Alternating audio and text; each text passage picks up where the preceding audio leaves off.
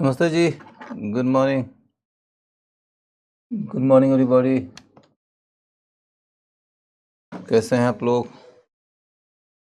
मज़े में तो हैं? अभी मैं आप लोगों के सामने में पुर्तगीज़ का टॉपिक पहले ख़त्म कर देता हूं, उसके बाद आप लोगों को यदि कोई क्वेश्चन पूछना है तो पूछिएगा। तो आज मैं आप लोगों के सवालों से क्लास की शुरुआत नहीं करूंगा। सवाल लेने के पहले मैं पुर्तगालियों वाला टॉपिक कंप्लीट कर देता हूं। तो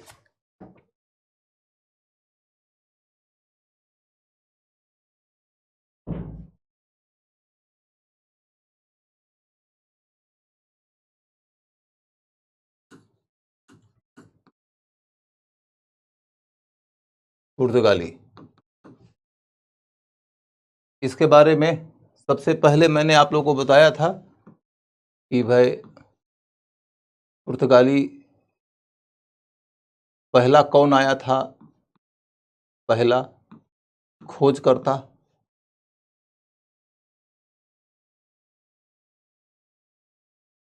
उसके बाद फिर पहला गवर्नर,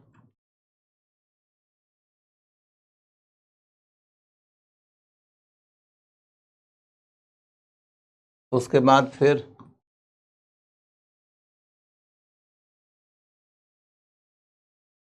साम्राज्य निर्माता,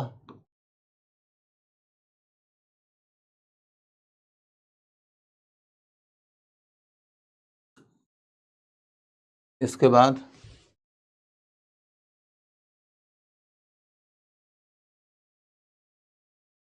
क्षेत्र या केंद्र, इनके महत्वपूर्ण केंद्र, इनके अंतर्गत फिर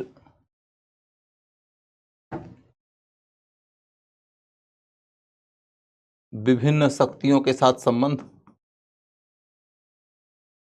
विभिन्न शक्तियों से संबंध,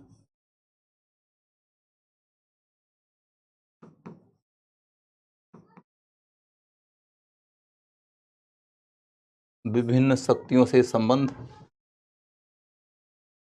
विभिन्न शक्तियों से संबंध के अंतर्गत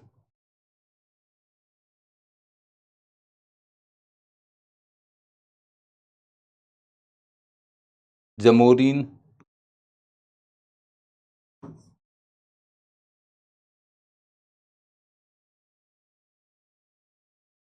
बीजापुर,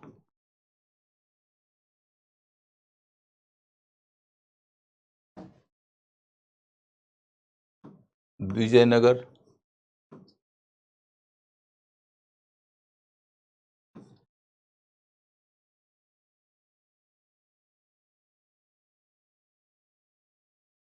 गुजरात का सुल्तान,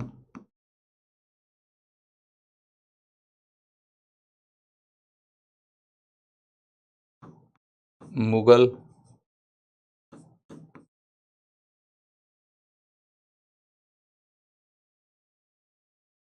ब्रिटिश,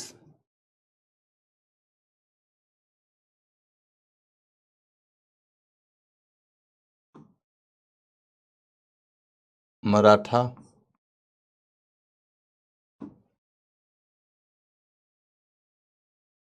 उसके बाद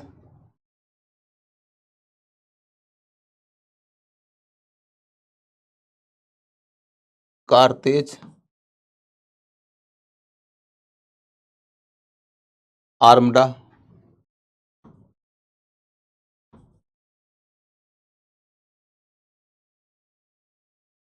इसके बाद इनकी धार्मिक नीति,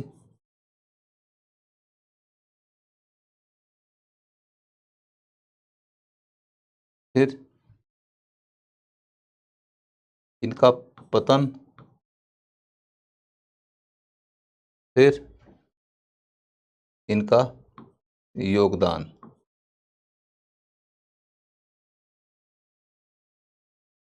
इतने बिंदु हैं जिसके मुताबिक हम लोगों ने कल की पढ़ाई किया था। आप कहेंगे कि दोबारा क्यों लिखा? तो दोबारा इसलिए लिखा क्योंकि 1 मिनट के अंदर रिवीजन भी करा दूंगा। आपको ये मालूम है कि इनका खोजकर्ता कौन था? तो वास्को डी गामा। पहला गवर्नर कौन था?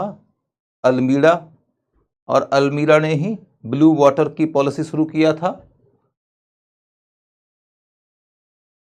क्या आप हमसे गुस्सा है? अरे नहीं भाई अनिकेत राज। साम्राज्य निर्माता का रूप कौन दिया? अल्बुकर्क, उसी ने गोवा जीता था। उसके बाद फिर आगे चलकर और भी क्षेत्र जीते गए हैं, जैसे नूनू डी कुन्हो के काल में, या फिर उसके आगे सबका नाम याद करना जरूरी भी नहीं है। क्षेत्र और केंद्र, क्षेत्र या केंद्र और मैंने अंग्रेजी वाला, तो उसके प्रमुख केंद्र जो मैंने आपके सामने कल रखा था, आप रिवीजन के ख्याल से देखें तो एक बार दोबारा लिख लेंगे तो अच्छा ही रहेगा। कालीकट,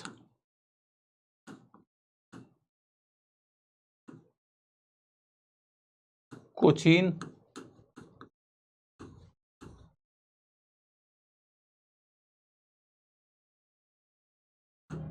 गोवा,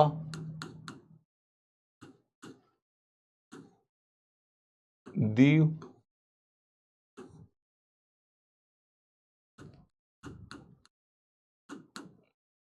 दमन,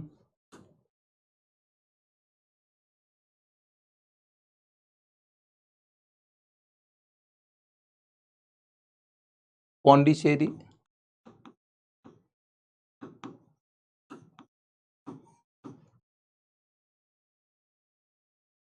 नागपत्तम,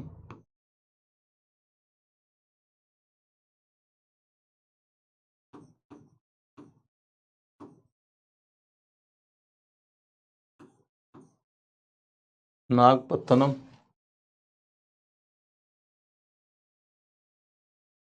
नागपत्तनम, फिर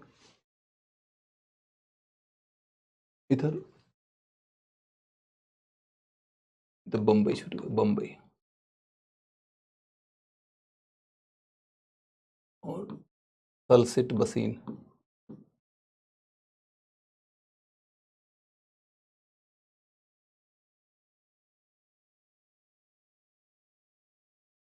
तलसिट बसीन, नागपत्तनम,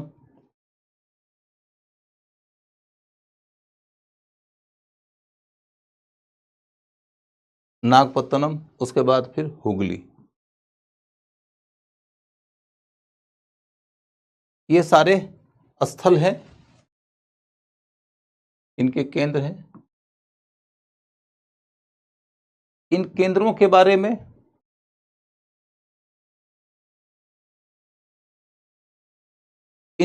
बारे में एक बेसिक जानकारी ले लेते हैं।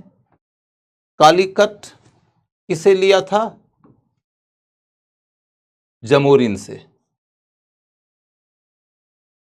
कालीकट किसे लिया था? जमोरिन से। जमोरिन के साथ में दोहरा संबंध। शुरुआती दौर में जमोरिन ने उनका स्वागत किया, बाद में जमोरिन से टकराव हो गया था, इसके अलावा कुछ नहीं। कोचीन कालीकट के बाद उनका केंद्र हो गया। जब जमोरिन से टकराव हुआ तो उन्होंने कोचीन को अपना केंद्र बना लिया। इसके बाद फिर 1510 ईस्वी में इन्होंने गोवा जीत लिया। किससे जीता था? बीजापुर के सुल्तान से। और इसमें सहमति किसकी मिली थी? विजयनगर के शासक कृष्णदेव राय की। उसके बाद फिर दीव ले लिया। किसे ले लिया? गुजरात के सुल्तान बहादुर शाह से। इसके बाद फिर भूल जाइए आप। अब ये नहीं कि कौन किसे लिया, काम खत्म कर दीजिए। अब हम ये समझें कि पुर्तगालियों का शासन जब भारत के अन्य क्षेत्रों से खत्म हो गया तो वो सिर्फ और सिर्फ गोवा, दमन और दीव तक ही टिके रहे।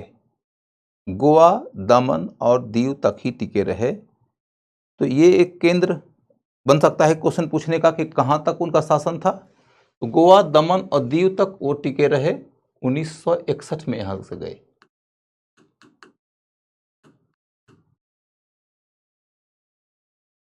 इसके बाद फिर बंबई के मामले में एक इंटरेस्टिंग कहानी क्या है,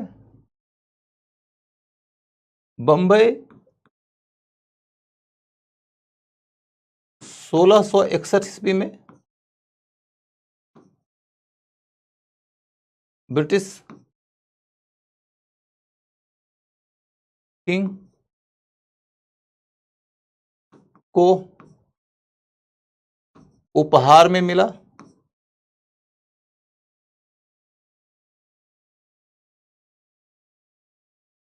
1661 ईस्वी में बंबई उपहार में दे दिया, किसको, ब्रिटिश किंग को। किसने, तो पुर्तगाल के राजा या स्पेन का राजा, कुछ भी दे देगा ठीक रहेगा, दोनों नहीं देगा। उसके बाद फिर ब्रिटिश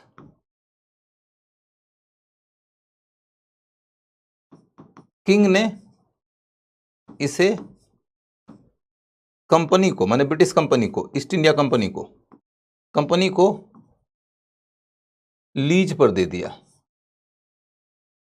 लीज पर दे दिया।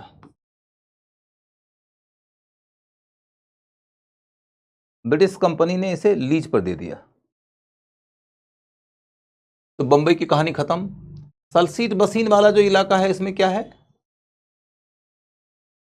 सलसीट बसीन से संबंधित एक फैक्ट आप लिख लीजिए कि यह क्षेत्र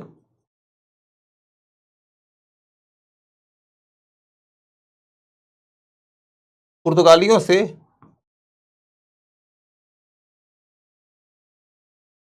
पुर्तगालियों से 1739 में मराठों ने छीन लिया, ने ले लिया। माने ले लिया का मतलब उधार नहीं लिया, खरीद नहीं लिया, छीन लिया। ये एक महत्वपूर्ण फैक्ट है। इस फैक्ट से जुड़ा हुआ कुछ स्टोरी मैंने आप लोगों को कल के क्लास में बताया था कि ये सलसीट और बसीन का इलाका आगे चलकर मराठों ने अंग्रेजों को दे दिया, तब जबकि पहली दफ़ा अंग्रेज और मराठा की लड़ाई हुई थी 1775 से 82 के बीच में। उसके बाद संधि हुई थी 82 में, तलवाई की संधि, उसी के तहत ये इलाका अंग्रेजों को मिल गया था। बाद में इसी बसीन में 1802 ईस्वी में मराठा पेशवा और अंग्रेजों के बीच में एक संधि हुई थी, जिसको हम बसीन की संधि कहते हैं। और उस बसीन की संधि के परिणाम स्वरूप फिर अंग्रेजों और मराठों के बीच में दूसरी बार लड़ाई शुरू हो गई थी। तो लेकिन अब मैं आज इससे संबंधित एक्स्ट्रा फैक्ट बताता हूं। एक्स्ट्रा फैक्ट ये बता देता हूं कि पुर्तगालियों से मराठों ने जब यह क्षेत्र छीना तो उस समय मराठों का नेता कौन था? मराठा पेशवा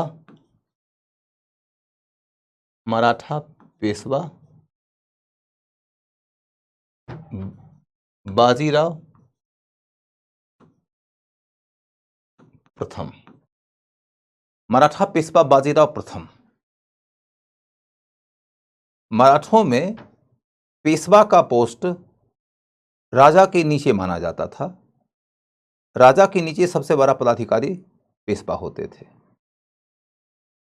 शिवाजी के समय में तो राजा महत्वपूर्ण थे, लेकिन 18वीं शताब्दी में देखा गया है कि राजा सिंबॉलिक बन के रह गए थे, उनकी भूमिका बहुत सीमित हो गई थी और पेशवा ही मूल रूप से प्रभारी हो गए थे। उन्हीं पेशवाओं में सबसे योग्य पेशवा के रूप में जिस व्यक्ति का नाम आता है वह है बाजीराव प्रथम। आप लोगों ने फिल्म देखा होगा शायद, बाजीराव मस्तानी। तो वो मस्तानी से प्यार करने वाला पेशवा यही बाजीराव प्रथम है। तो बाजीराव प्रथम, इसकी भूमिका निभाया था रणवीर सिंह ने, बाजीराव प्रथम। उसके बाद फिर बाजीराव प्रथम हो सकता है न पूछे, एक डिग्री और डेप्थ में चला जाए तो इसमें मराठों की सेना का नेतृत्व किसने किया था? तो आंग्रिया। आंग्रिया, आंग्रिया। हो सकता है कि आपसे सीधा क्वेश्चन ऐसा ना पूछे कि 1739 ईस्वी में पुर्तगालियों से किस मराठा सैनिक अधिकारी ने तलसीट पसीन का इलाका छीना था। हो सकता है ऐसा क्वेश्चन ना पूछे, क्वेश्चन ये दे दे कि आंग्रिया के बारे में निम्नलिखित में से क्या सही है। वह एक ख्याति प्राप्त या बहुत प्रसिद्ध नौसैनिक अधिकारी था। वह पेशवा बाजीराव प्रथम के साथ जुड़ा हुआ था। वह पुर्तगालियों से सलसिट बसीन छीना था। और ये तीनों ही वक्तव्य सही है। तो आंग्रिया जो है वह बेसिकली मराठों के बीच में एक खास तरह के टाइटल से जाना जाता है, समुद्र शिवाजी। समुद्र शिवाजी, समुद्र शिवाजी माने समुद्र का शिवाजी। माने मराठों के बीच में नौसैनिक अधिकारी के रूप में आंग्रिया की काफी प्रतिष्ठा है। माना जाता है यह वो मराठा है जो समुद्र में वो उपलब्धियां हासिल किया है जो मैदानी क्षेत्र में शिवाजी ने हासिल किया है। तो ये समुद्र का शिवाजी था, तो समुद्र शिवाजी। इसके ऊपर इसलिए भी क्वेश्चन पूछने की संभावना थोड़ी बन रही है क्योंकि एक तो उस युग में माना यह गया है कि यूरोपियन शक्तियों की नौसेना बड़ी श्रेष्ठ थी और भारतीयों की नौसेना कमजोर थी। ऐसे में भारतीयों की ओर से कोई भी आदमी यदि नौसेना की दृष्टि से बहुत सुयोग्य माना जा रहा है तो उसका नाम उल्लेखनीय हो जाता है। आजकल थोड़ा सा राइट विंग के लोगों का प्रभाव भी बढ़ता जा रहा है हिस्ट्री राइटिंग में, तो ऐसे पर्सनालिटीज जो खोए हुए थे वो उभारे जा रहे हैं। तो आंग्रिया उसमें भी उल्लेखनीय है। लास्ट पॉइंट जो बहुत महत्वपूर्ण है पीटी के ख्याल से इसको महत्वपूर्ण बनाने हेतु तो वो ये कि अभी की तिथि में बंबई से गोवा के लिए एक क्रूज चलता है, शुरू हुआ है, जिसका नाम रखा गया है आंग्रिया। आंग्रिया क्रूज काफ़ी हाई प्रोफाइल माना जाता है। मतलब एक दिन का बम्बई टू गोवा का जो उनका सफ़र है, उनकी बढ़िया सुविधा वाला लीजिए तो 30-40 हज़ार रुपये में आता है, शायद 50 हज़ार रुपये में आता है। कुछ एक शायद डीलक्स उलक्स वाला कुछ होगा, 1 लाख रुपये में आता है। तो आप समझ सकते हैं कि हाई प्रोफाइल क्रूज है, उसका नाम रखा गया है आंग्रिया। तो आंग्रिया का नाम महत्वपूर्ण हो गया है, क्वेश्चन पूछा जा सकता है। तो कौन है आंग्रिया? तो समुद्र शिवाजी, जिन्होंने कि खेत छीन लिया था पुर्तगालियों से। उसके बाद फिर पौंडीचेरी पे, इतनी ही बात की पौंडीचेरी पे पहले इनका केंद्र था, बाद में पौंडीचेरी चला गया था डेनिस के पास, और उसके बाद फिर अंतर्गतवा चला गया वो फ्रांसीसियों के पास। नागपट्टम में भी इनका केंद्र था, बाद में नागपट्टम किसका केंद्र हो गया था? डचों का। हुगली में इनका केंद्र था, जहां से इनको शाहजहां ने खदेड़ दिया था। शाहजहां ने निकाल दिया, शाहजहां ने निकाला। इस तरीके से पुर्तगालियों से संबंधित जितने भी प्रमुख स्थल थे उन स्थलों को लेकर मैंने आपको एक सामान्य परिचय दे दिया। अब फिर हम इधर चलकर देखें कि विभिन्न शक्तियों के साथ में इनके संबंध कैसे हैं। तो विभिन्न शक्तियों के साथ संबंध की चर्चा मैं ऑलरेडी कर चुका हूं कि जमोरिन के साथ में संबंध अभी बताया हूं, कल भी बताया था। बीजापुर से गोवा लिया था, आज भी बताया हूं, कल भी बताया था। इस क्रम में विजयनगर के राजा कृष्णदेव राय की सहमति थी, और कृष्णदेव राय ने क्यों सहमति दिया था यह भी मैंने एक्सप्लेन कर दिया है। उसको पुर्तगालियों की नौसेना से डर लगता था। गुजरात के शासक के साथ में उसका दोहरा नाता था, संघर्ष भी होता था क्योंकि सीमाओं का विवाद था। गोवा के ऊपर शासन करने वाले को गुजरात के शासक से टकराव होना ही होना है। लेकिन जब मुगलों का हमला हुआ गुजरात के ऊपर, तो गुजरात के शासक बहादुर शाह ने समझौता कर लिया पुर्तगालियों से और सहायता उसकी मांगी और इसके बदले में दीव दे दिया था। तो गुजरात के साथ संबंध की कहानी खत्म है। इसके बाद मुगल के साथ में संबंध की कहानी मैंने स्पष्टतया बताया कि पहली दफा पुर्तगालियों से मुगलों की मुलाकात होती है 1572 ईस्वी में, तब जबकि अकबर जीता था गुजरात। गुजरात जीतने के समय में पुर्तगाली लोग जो अकबर से मिले थे, उस समय बहुत अच्छी बातचीत रही सब में। अकबर के बारे में कहा जाता है कि उसने पुर्तगालियों के कपड़े वगैरह भी पहने थे। एक तरीके से आपकी संस्कृति का सम्मान होता है ये। और आप लोग देखते होंगे कि जैसे प्रधानमंत्री कहीं जाते हैं हमारे, तो वो पूर्वोत्तर में चले गए तो वहाँ के लोगों के कपड़े पहन लिए, या वहाँ के लोगों का कुछ उन्होंने टोपी धारण कर लिया, वहाँ के लोगों के उन्होंने कुछ एक कोट वगैरह पहन लिया।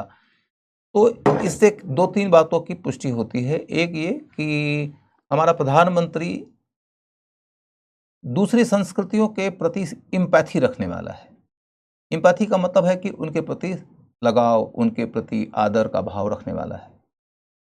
हालांकि जब अनेक संस्कृतियों के लोगों के साथ में जुड़कर वो ढल जाते हैं तो उन्हें अपनी सीमाएं तय नहीं करनी चाहिए। वो सभी संस्कृतियों के साथ में ऐसा हो सकते हैं, लेकिन इन्होंने कुछ एक जगह पर अपनी आपत्ति जताई है कि नहीं, मैं ये नहीं करूँगा। खैर, जो भी हो। अब देखोगे कि इस तरीके का उदाहरण आपको जवाहरलाल नेहरू के काल में भी मिलेगा। आजकल देखते हैं कि राहुल गांधी भी इस तरीके के कपड़े पहनने लगे हैं। जो भी हो, वॉट एवर इट इज, इसको हम क्या कहना चाह रहे हैं तो ये कि इसको हम बोलते हैं सोशियो कल्चरल इम्पैथी, दूसरी संस्कृतियों के साथ जुड़ाव और लगाव और उनके प्रति सम्मान। जब आप ऐसे पर्सनालिटी के स्वामी होते हैं तो आप बहुत सारे क्षेत्रों के, बहुत सारे समाजों के, बहुत सारे धर्मों के लोगों को जोड़ने में कामयाब हो सकते हैं। अकबर ने यही काम किया कि वहां पुर्तगालियों के कपड़े पहने। वो सोशियो कल्चरल इम्पैथी का उदाहरण है, उनको दिया गया सम्मान है। उसी समय अकबर को उन्होंने कारतेज दिया था। एक कारतेज की कहानी मैंने बता दिया था कि एक कारतेज दिया तो इसका मतलब हुआ कि आपका एक जहाज हमारे इलाके में बिना लाइसेंस लिए, बिना कर दिए उतर सकता है, लेकिन इसका मतलब ये भी हुआ कि दूसरा कोई जहाज उतरेगा तो कारतेज लेना पड़ेगा। इसके बाद फिर दूसरी कहानी यह है कि मुगलों के साथ संबंध की अगली कड़ी जुड़ती है कि ईसाई मिशनरी के लोग जाते हैं अकबर के दरबार में और धर्म प्रचार की कोशिश करते हैं। फादर मोन्सरेट और एक्वाबीबा, इनका नाम उल्लेखनीय है। फादर मोन्सरेट और एक्वाबीबा जो अकबर के यहाँ गए हैं, अकबर के समय में काफी लंबे समय तक वहां रहे भी हैं। और अकबर के काल में उसी समय आगरा में ईसाइयों का एक गिरजाघर भी बना है। अकबर के समय में पहली बार उत्तर भारत में ईसाइयों का गिरजाघर भी बना है। दक्षिण भारत में तो पहले बन चुका था क्योंकि पुर्तगाली बहुत पहले आ चुके हैं, लेकिन उत्तर भारत में गिरजाघर का निर्माण पहली दफा अकबर के काल में ही हुआ, अकबर के संरक्षण में हुआ। उसके बाद फिर अगला मामला यही कि शाहजहां के काल में विवाद हुआ तो शाहजहां ने इसे हुगली से भगा दिया था। एक छोटी सी कहानी और है जो इंपॉर्टेंट है, वो ये कि जब 17वीं शताब्दी में जहांगीर शासन कर रहा था तो अंग्रेज चाहते थे कि सूरत में उनको अपना व्यापारिक केंद्र खोलने का अधिकार मुगल बादशाह दे दें। मुगल बादशाह जब ये अधिकार मांगा अंग्रेजों ने तो देने से इनकार कर दिया। क्यों?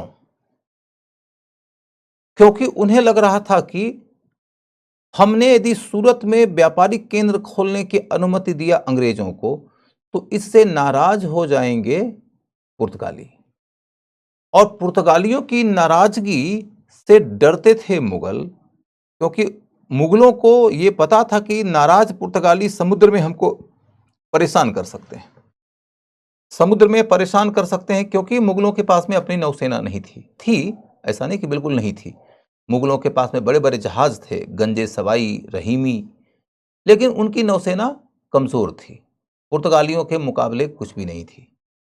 तो इसलिए पुर्तगालियों के द्वारा समुद्र में चुनौती मिल सकती है कि चिंता के कारण जहांगीर ने ब्रिटिश कंपनी को सूरत में अपना व्यापारिक केंद्र खोलने का परमिशन नहीं दिया।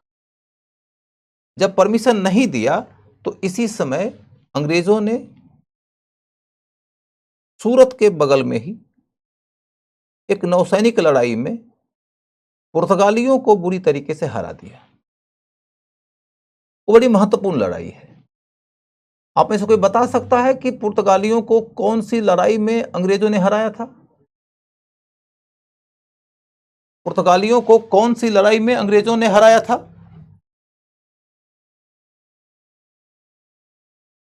ब्रिटिश वर्सेस पोर्तुगीज की लड़ाई कौन सी हुई थी, जिसमें कि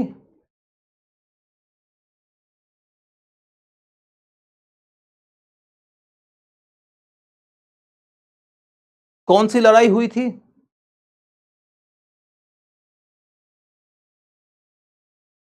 पलासी की लड़ाई कहां है? स्वाली की लड़ाई, स्वाली की लड़ाई, स्वाली की लड़ाई, दीवार की लड़ाई नहीं, बेदरा नहीं। बेदरा की लड़ाई हुई अंग्रेज और डच के बीच में, स्वाली की लड़ाई, स्वाली की लड़ाई। तो आपके सामने में यह स्पष्ट हो गया कि ब्रिटिश और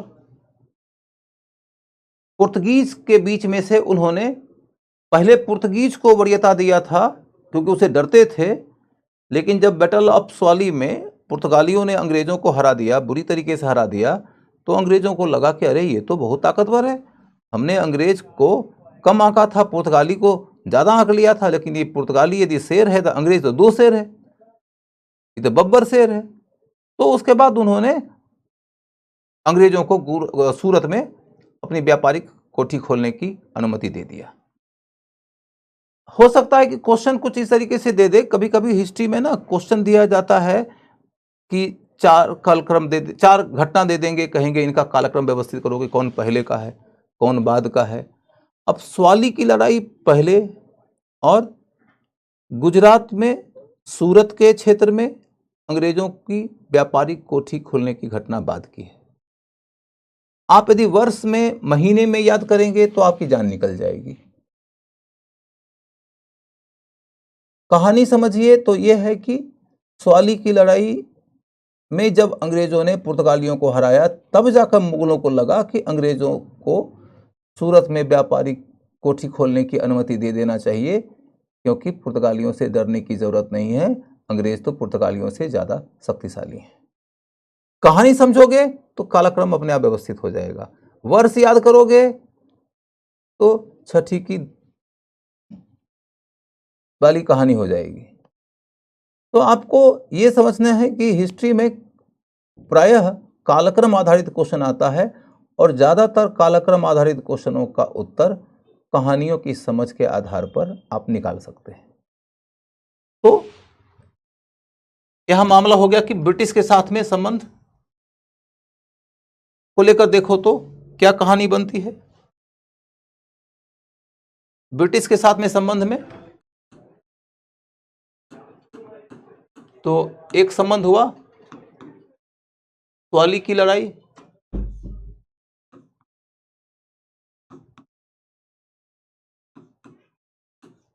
और दूसरा संबंध क्या हुआ, बंबई उपहार में दिया। बस इससे ज्यादा आपको नहीं पढ़ना है, बंबई उपहार में दिया, इससे आपको नहीं पढ़ना है।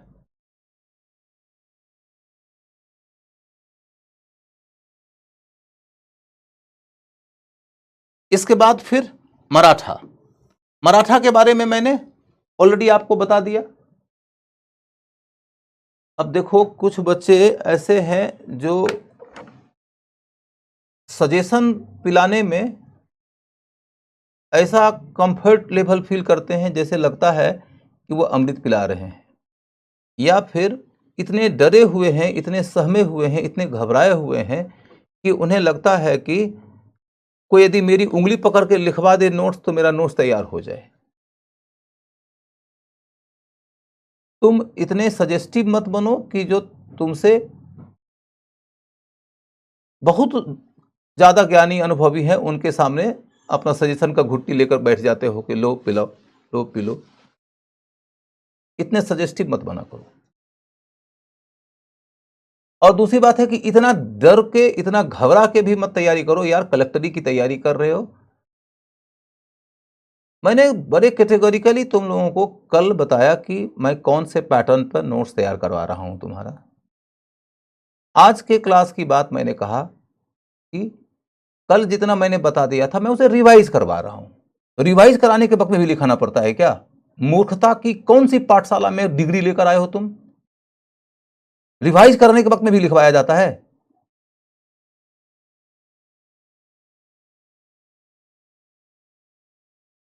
लगता है कि मतलब तुम लोग मूर्खता में पोस्ट ग्रेजुएट करके आए हो और सजेशन मुझे दिए जा रहे हो कि सर ऐसे में नोट्स कैसे बनेगा।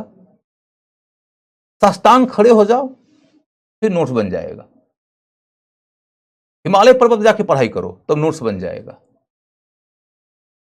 सर के बल खड़े होकर लिखोगे तो नोट्स बन जाएगा।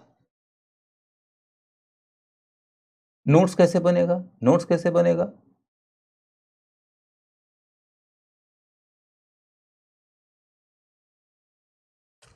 रिवाइज करने के वक्त लिखवाया जाता है जी।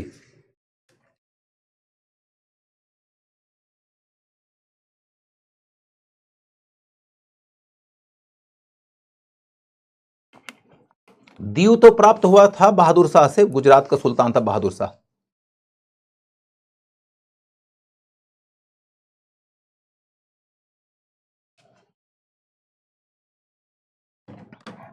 फिर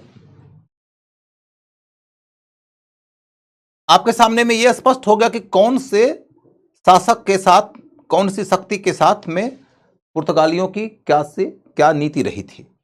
यहां तक की कहानी के बाद अब आगे है कारतेज आर्मडा की पद्धति। कारतेज क्या होता है? एक लाइसेंस होता है।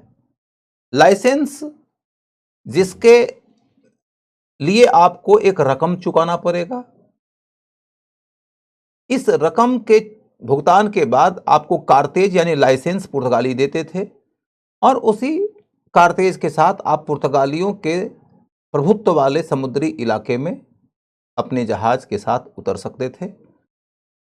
रास्ते में पुर्तगाली अधिकारी मिलेंगे, आपका लाइसेंस चेक करेंगे, कारतेज आप दिखा देंगे तो आप आगे जा सकते हैं, नहीं दिखा पाए तो जहाज जब्त कर लिया जाएगा। इसके माध्यम से पुर्तगालियों को आमदनी होती थी। फिर दूसरा मुद्दा क्या है कि कारतेज लेकर भी यदि आप समुद्र में चले गए तो समुद्री लुटेरों का डर रहता था। लुटेरों से बचने के लिए पुर्तगालियों ने एक ऑफर किया कि आपके जहाज के साथ में हमारा एक नौसैनिक जहाज चलेगा जो आपकी रक्षा करेगा, और यदि आप हमारी सुरक्षा के इस सर्विस को यूज करना चाहते हैं तो इसके बदले में एक्स्ट्रा अमाउंट चुकाइए।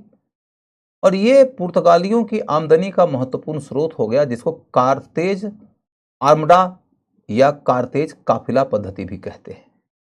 माने जब कई सारे जहाज इकट्ठा हो जाते थे किसी इलाके में जाने के लिए तो उन जहाजों को एक साथ छोड़ा जाता था और उनके साथ में एक नौसैनिक जहाज भी चलता था पुर्तगालियों का, और वो समुद्री लुटेरों से इनकी रक्षा करता था और इसके बदले में पुर्तगाली को पैसा मिलता था। ये पुर्तगालियों की आमदनी का अच्छा स्रोत हुआ करता था। यहां तक का सारा मुद्दा मैंने कल के क्लास में आपको बता दिया था, लिखा भी दिया था। अब हम इसे रिवाइज कर चुके। इसे रिवाइज करने की जरूरत इतनी इसलिए थी क्योंकि ये सब टॉपिक ऐसा है जिसके बारे में आप लोगों को ज्यादा पता नहीं होता है। तो शुरुआती दौर में ही आप गति पकड़ने के चक्कर में मिस डायरेक्टेड न हो जाइए। तो इस वजह से मैंने उसे प्रॉपरली रिवाइज करवा दिया। अब चीजें आपको याद हो गई होंगी। इसके आगे का मामला है धार्मिक नीति, पतन का कारण और योगदान। ये आपने कल के क्लास में नहीं पढ़ा था, तो धार्मिक नीति को लिखना शुरू कर दीजिए। धार्मिक नीति,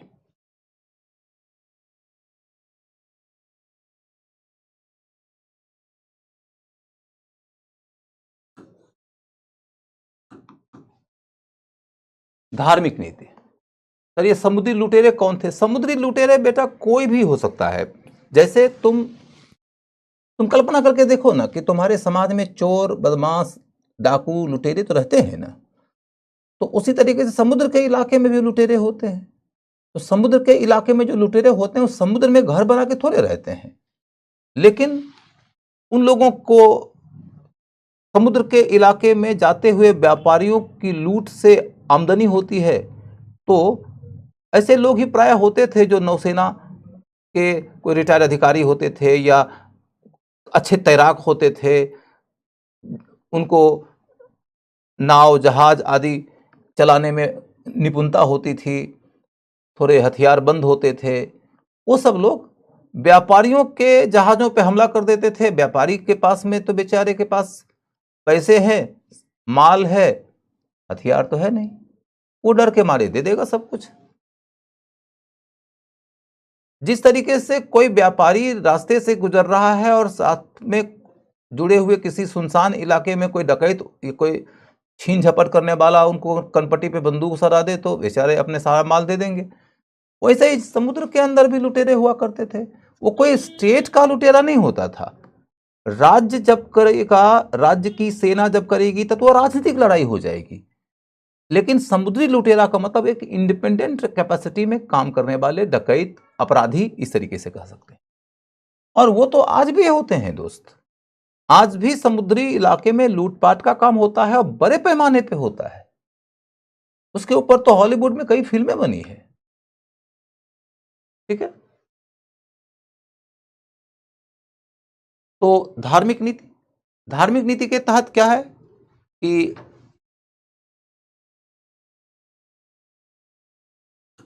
पुर्तगाली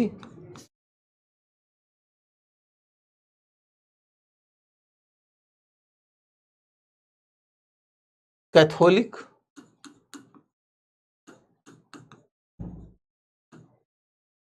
ईसाई धर्म को मानते थे।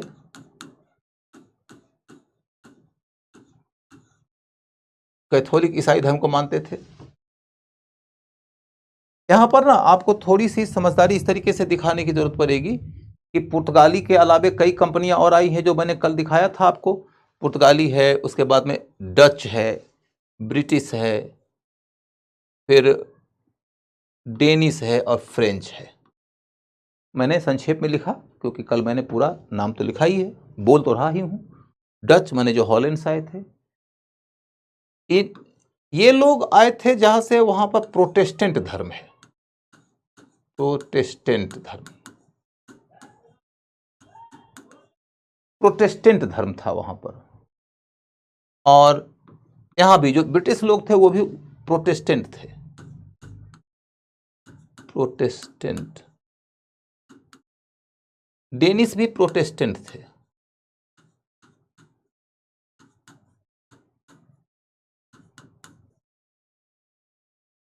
और फ्रेंच जो थे वो कैथोलिक थे। कैथोलिक।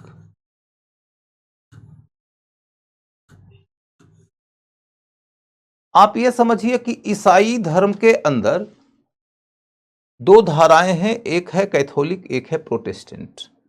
अब कैथोलिक और प्रोटेस्टेंट के बीच में क्या अंतर है ये आपके सिलेबस की चीज नहीं है, आप वो मत पूछिए, मत जानिए। जब पुर्तगाली लोग आए थे भारत में उस समय प्रोटेस्टेंट धर्म पैदा भी नहीं हुआ था। 16वीं शताब्दी के दौरान कैथोलिक धर्म की कुछ कुरीतियों, उनकी कुछ गलतियों के विरोध में यानी प्रोटेस्ट में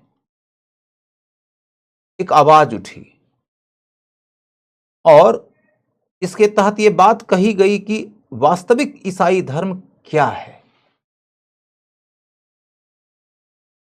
यानी कि इन्होंने अपनी ओर से यह बताया कि असलियत में ईसाई धर्म वो है जो हम कह रहे हैं।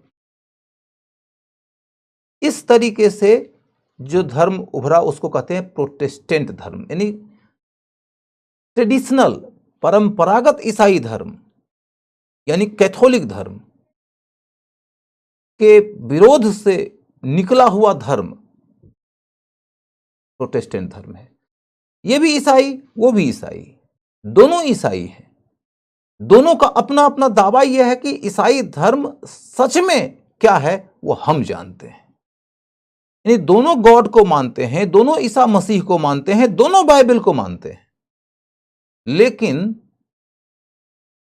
गॉड, ईसा मसीह और बाइबल की व्याख्या दोनों अलग अलग तरीके से करते। तो दोनों ही ईसाई हैं। ईसाई माने वो जो ईसा मसीह को माने, जो ये माने कि ईसा मसीह ईश्वर की संतान है और उन्होंने दुनिया के कल्याण हेतु ईश्वर का दिया गया ज्ञान संसार के समक्ष रखा, जो कि बाइबल है। जो लोग इतनी बात को मानते हैं वो ईसाई होते हैं। अब प्रश्न ये उठता है कि गॉड और ईसा मसीह और बाइबल की शिक्षाएं क्या हैं। इनके अंतर्गत बाइबल में जो बातें कही गई है उसका असल मीनिंग क्या है, उसका भावार्थ क्या है। इसमें इंटरप्रिटेशन का डिफरेंस होता है।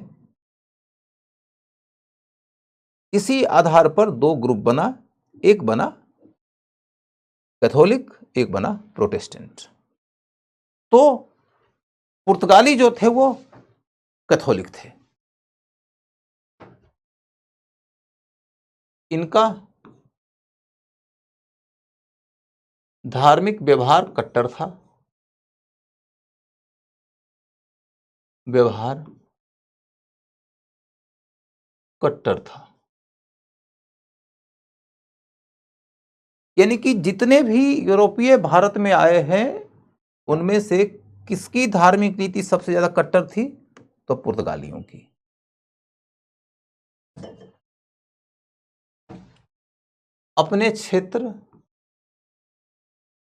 अपने क्षेत्रों में मंदिर और मस्जिद तोड़ना,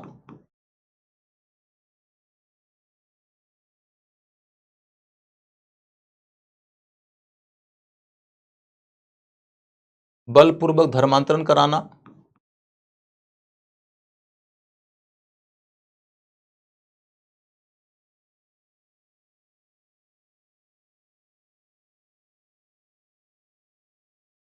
बलपूर्वक धर्मांतरण कराना,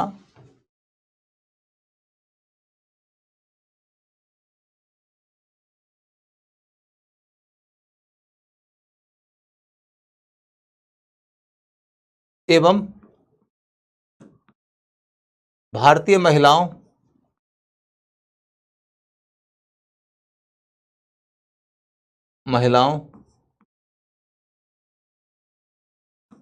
से विवाह कर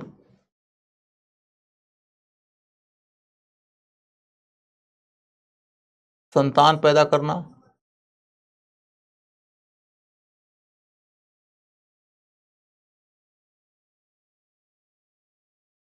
जैसी नीति का पालन किया, जैसी नीति का पालन किया। क्या है लिखा, धर्मराद,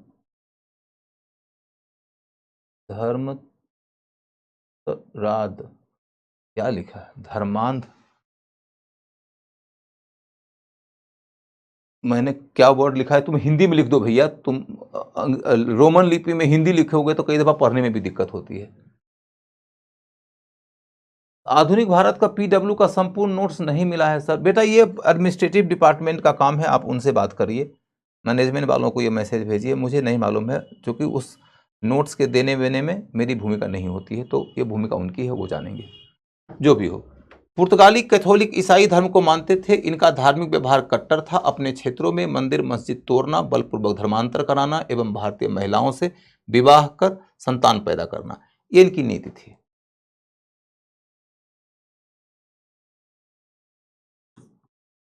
इसके पीछे पोप के संरक्षण, इसके पीछे पोप के संरक्षण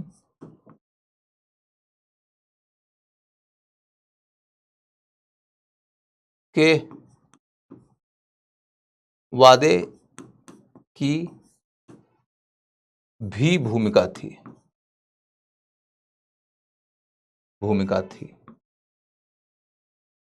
इसके पीछे पोप के संरक्षण के वादे की भी भूमिका थी। ये बड़ी महत्वपूर्ण बात है, आपने इसे लिख लिया।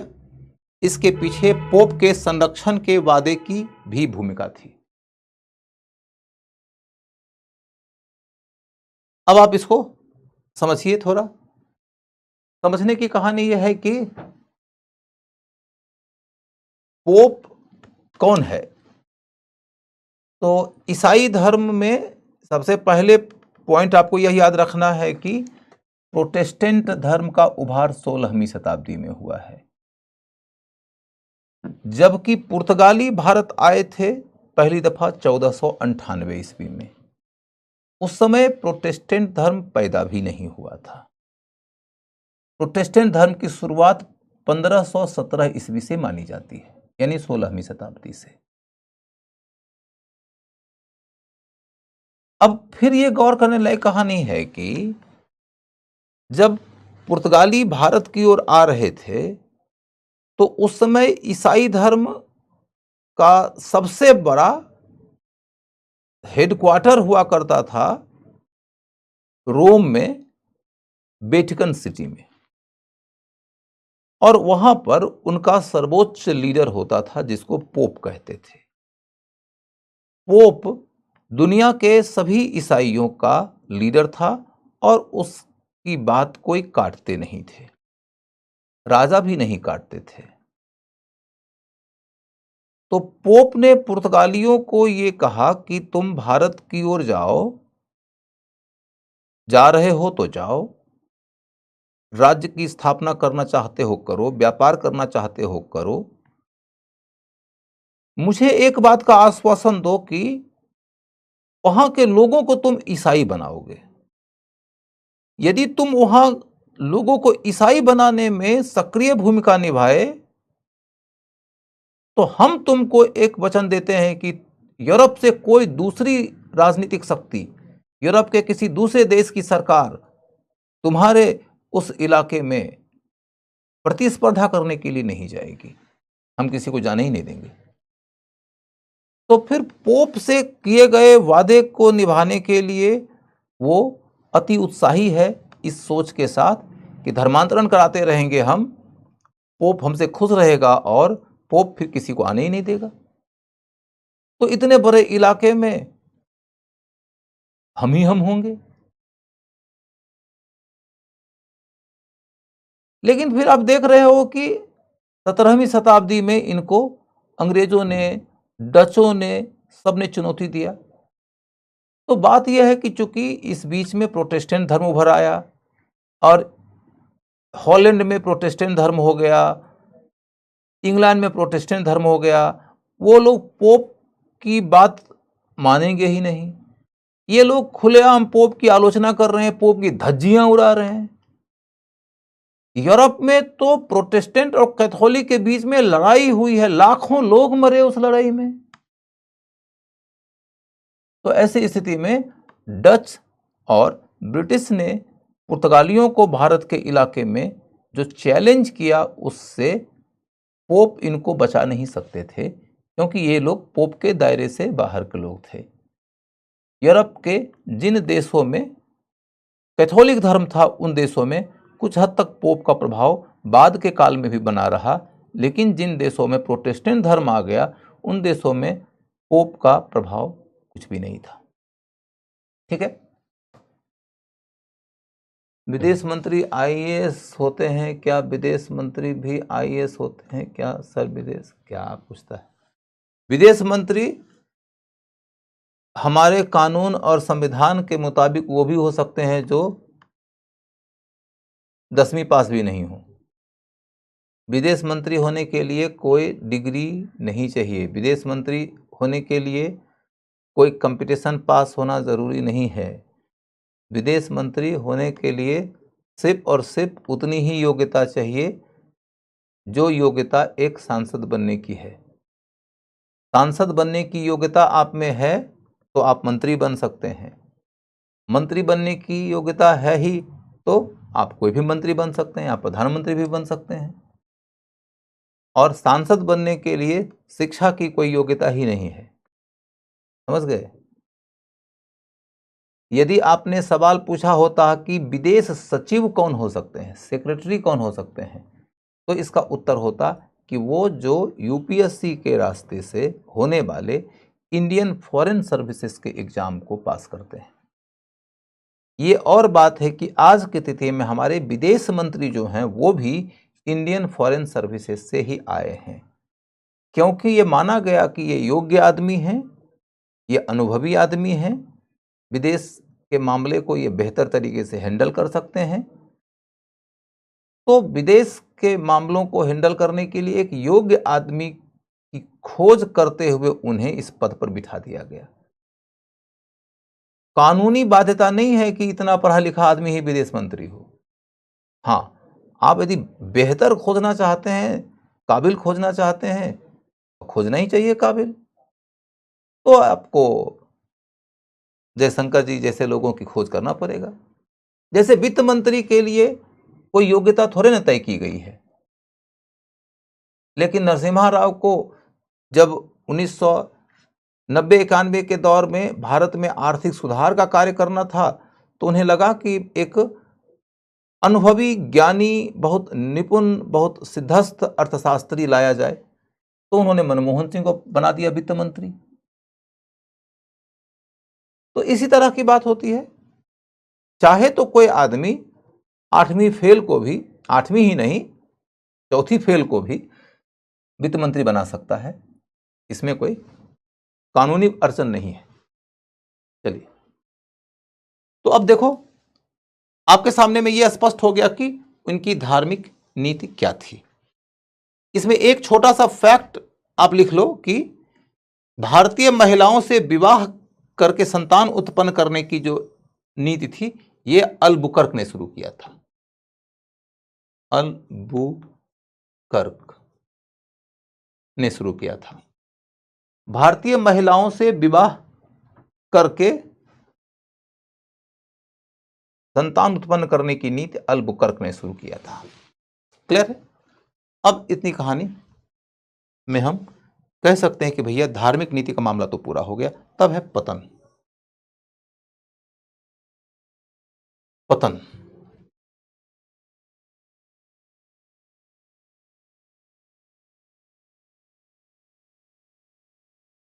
पतन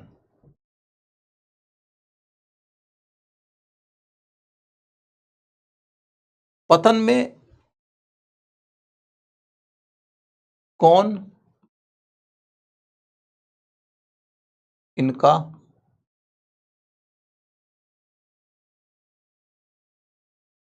कौन सा क्षेत्र छीन लिया?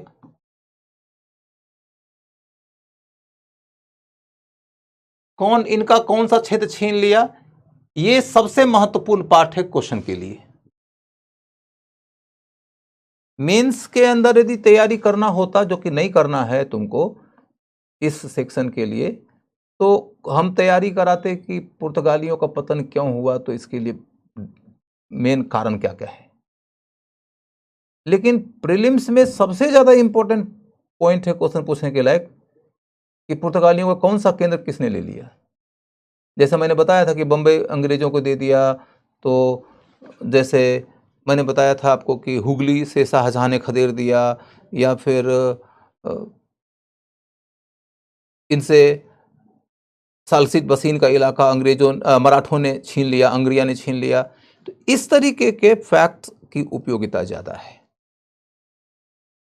इसके बाद फिर ये मैं ऑलरेडी बता चुका हूं, तो उधर जाने की जरूरत नहीं है। और तब है कारण। तो सामान्य कारण में एक कारण है अंग्रेज और डच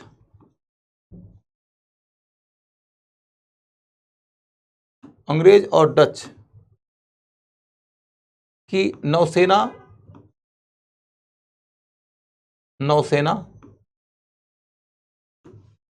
इनसे श्रेष्ठ थी, इनसे श्रेष्ठ थी। अंग्रेज और डच की नौसेना इनसे श्रेष्ठ थी। उसके बाद अगला पॉइंट क्या है? पुर्तगाली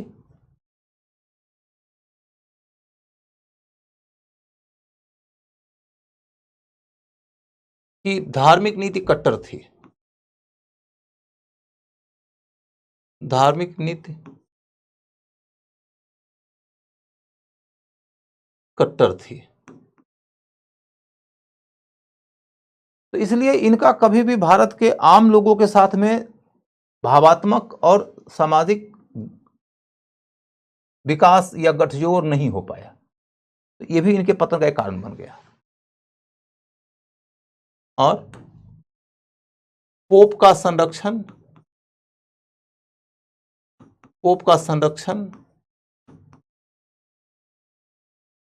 प्रभावी नहीं रहा।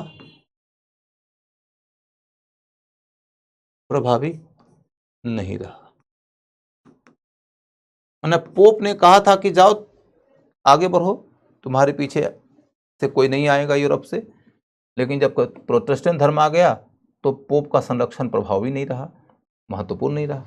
यही कहानी है। तो पतन के कारण की कहानी ऐसी ही है। इस विषय पर आपसे क्वेश्चन पूछा जाए, इसकी संभावना नहीं के बराबर है। क्वेश्चन पूछा जाएगा कि कौन सा क्षेत्र किसने छीन लिया था। उसमें भी बंबई, सालसित बसीन और हुगली, इन तीन पर ही क्वेश्चन पूछने की संभावना है। इसके बाद तब अगला मुद्दा है कि इसका योगदान क्या है। यदि इनका पतन हो गया तो अब हमको यह समझना पड़ेगा कि क्या भारत में इनका कोई योगदान भी है। योगदान क्या है?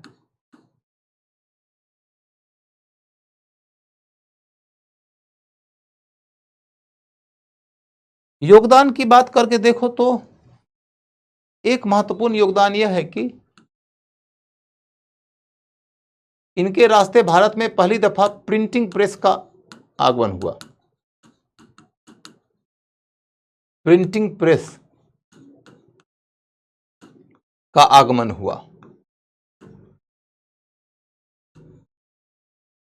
तो हिस्ट्री ऑफ प्रिंट जब पढ़ोगे तो भारत ही नहीं, दुनिया के किसी भी देश में प्रिंट का आना, किताबों का ज़्यादा छपने लगना, अखबारों का छपने लगना, पेंटिंग्स वगैरह का छपने लगना, ये सब अपने आप में क्रांतिकारी परिवर्तन लेकर आता है।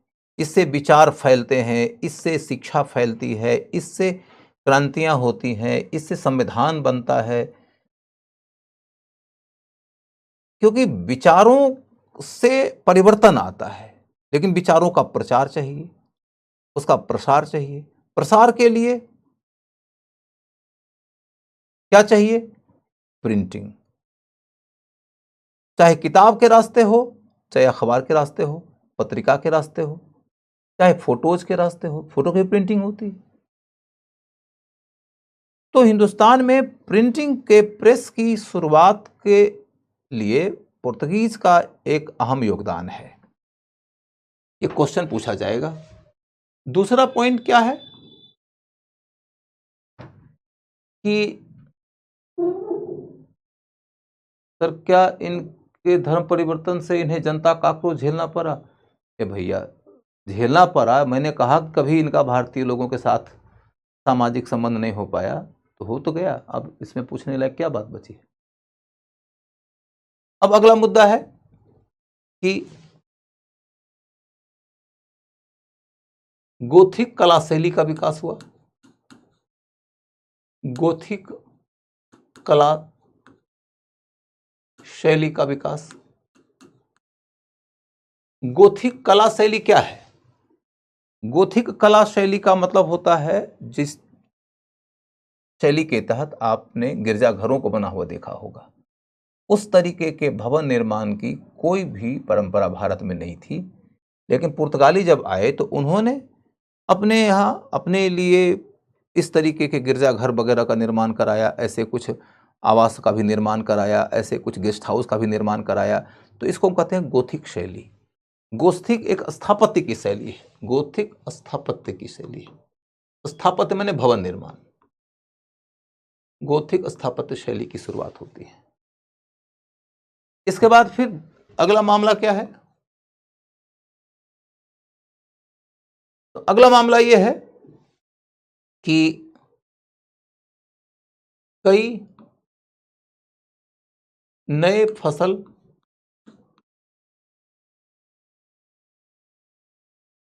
भारत आए। कई नए फसल भारत आए। एग्रीकल्चर के क्षेत्र में एक बहुत अहम प्रयोग हुआ। इसको नवीन फसल शब्द ही से संबोधित किया जाता है, न्यू क्रॉप। वो सारे फसल जो भारत में पहले नहीं थे, पुर्तगालियों के आगमन के रास्ते भारत आए। जैसे गन्ना बोले, माफ करिए, सॉरी, गन्ना भारत में वैदिक काल से ही है, गलती से निकल गया जुबान से, तंबाकू बोलना चाह रहा था, तंबाकू,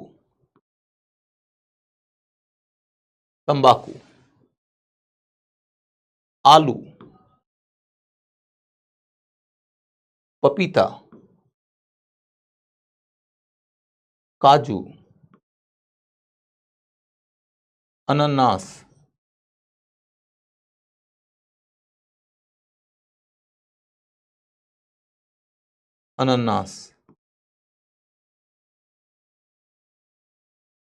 आदि।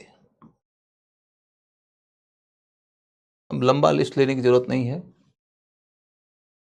ये वो फसल हैं जो भारत में पहली दफा पुर्तगालियों के आगमन के रास्ते आए हैं।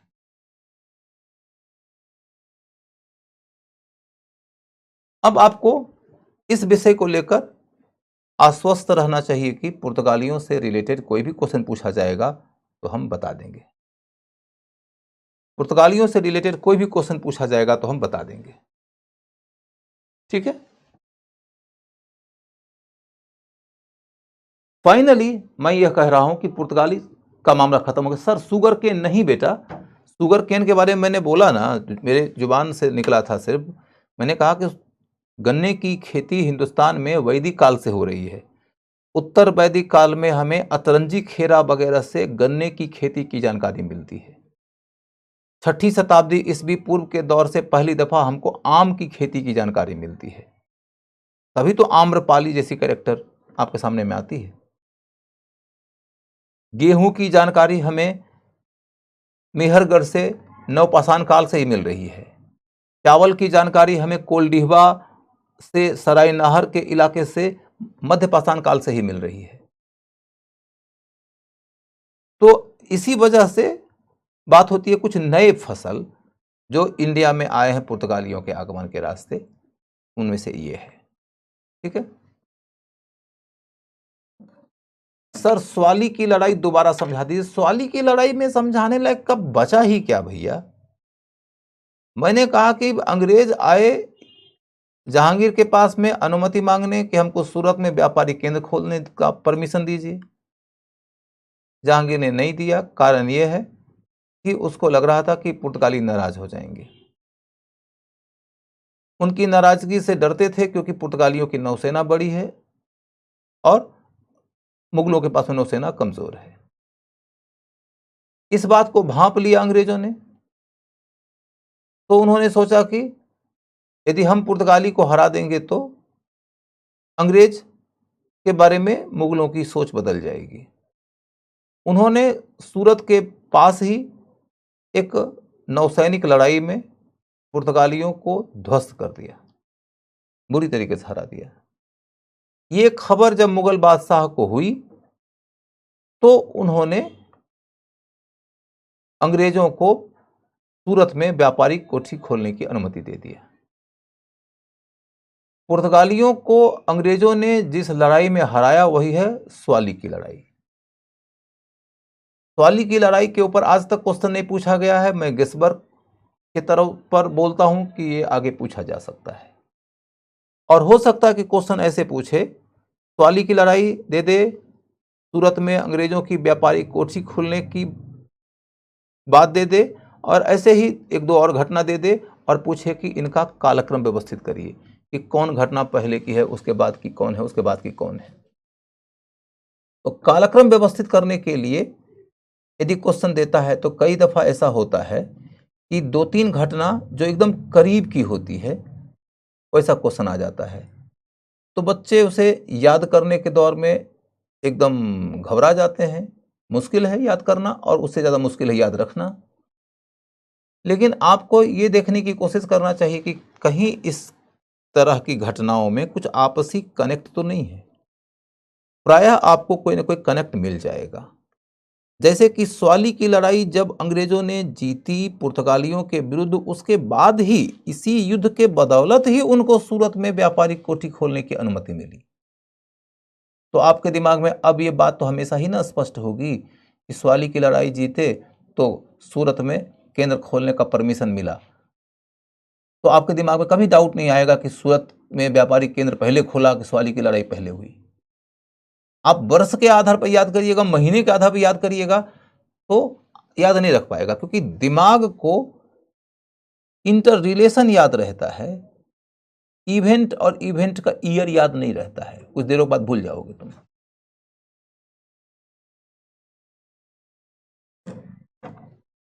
चलो अब आगे बढ़ो। अब मामला हमारा खत्म हो जाता है तो हम शुरू करते हैं अब डच। डच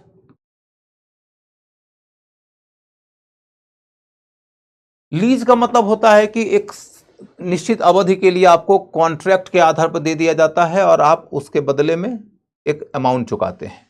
लीज का मतलब हुआ कि आपको कोई क्षेत्र यदि प्राप्त हुआ तो आप उसके मालिक नहीं हुए हैं, मालिक ने आपको एक कॉन्ट्रैक्ट के तहत वह क्षेत्र इस्तेमाल करने दे दिया है, इसके बदले में आपने मालिक को कुछ दिया होगा। ये बात है।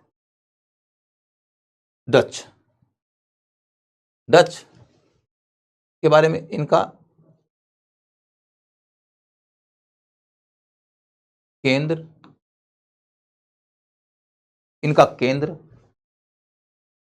फिर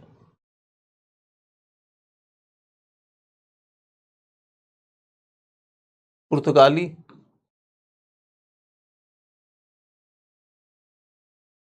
से संबंध,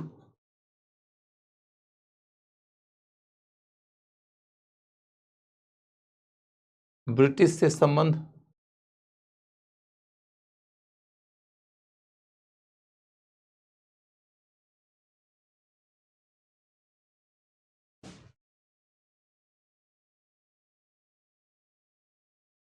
भारत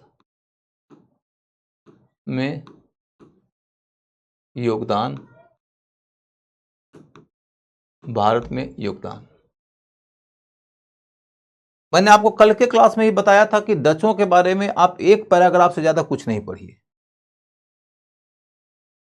साहिल क्या है तुम्हारा डाउट, पूछ दो। साहिल पूछो क्या डाउट है। तुम में से कोई भी आदमी पूछना चाहता है तो पूछ लो, मुझे कोई दिक्कत नहीं है,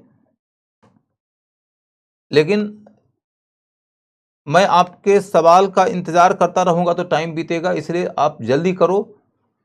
फसल में चिली पाउडर है first all, chilli powder, chilli तो हिंदुस्तान में बहुत पुराना है यार। अब पाउडर का फसल नहीं होता है दोस्त। सर कुछ लोग, चलो चलो वो सब छोड़ लो। स्वीडिश नहीं, डेनिश आई थी, उसके पहले ही आई थी। चलो,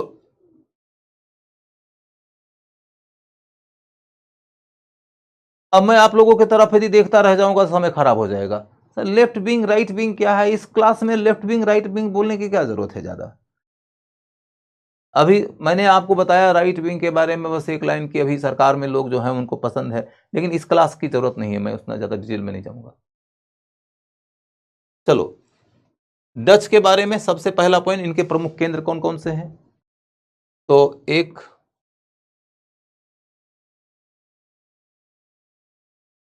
इनका एक केंद्र है कावेरीपत्तनम, कावेरीपत्तनम।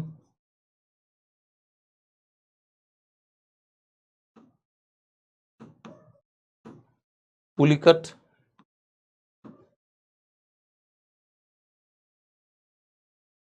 पुलिकट। नागपत्तनम, नागपत्तनम।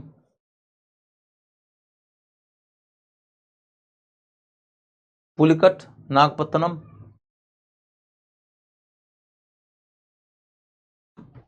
उसके बाद कासिम बाजार, कासिम बाजार।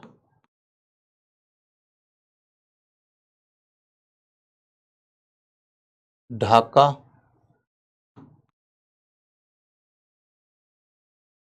पटना।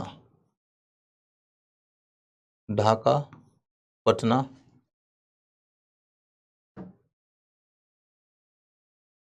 ये इनके प्रमुख केंद्र हैं। वैसे तो कोचीन में भी हैं, लेकिन उतना पूछेगा नहीं आपसे। कोचीन में भी हैं। कोचीन का जो इलाका था, पहले पुर्तगालियों ने वहां केंद्र खोला, पुर्तगालियों के बाद वहां डच ने खोला, फिर डचों के बाद वो ब्रिटिश के हाथ में आ गया। उतनी डिटेल में मत चाहिए। इनसे पूछने लायक जो जगह है वो मूल रूप से 3 है जो आपको याद रखना चाहिए। वो ये है, ये 3 स्थल हैं जिनको लेकर क्वेश्चन पूछा जा सकता है। सर मैं 80% विकलांग हूं, क्या संस्था या आप कुछ सहयोग करेंगे? देवेंद्र जीत, बेटा संस्था के सहयोग की बात तो संस्था करेगी, क्योंकि संस्था मेरी नहीं है, तो मैं अपनी ओर से संस्था की कोई बात नहीं कह सकता। मैं संस्था के अंदर एक गेस्ट टीचर हूं, तो बतौर टीचर मैं आपकी सहायता करने के लिए बिल्कुल तैयार रहूंगा। आप मुझसे बतौर शिक्षक जो भी सहयोग की उम्मीद करते हैं वो बता सकते हैं। आंसू कुमारी, बेटा क्या है आप हेल्प हेल्प मी शायद बोलना, हाँ।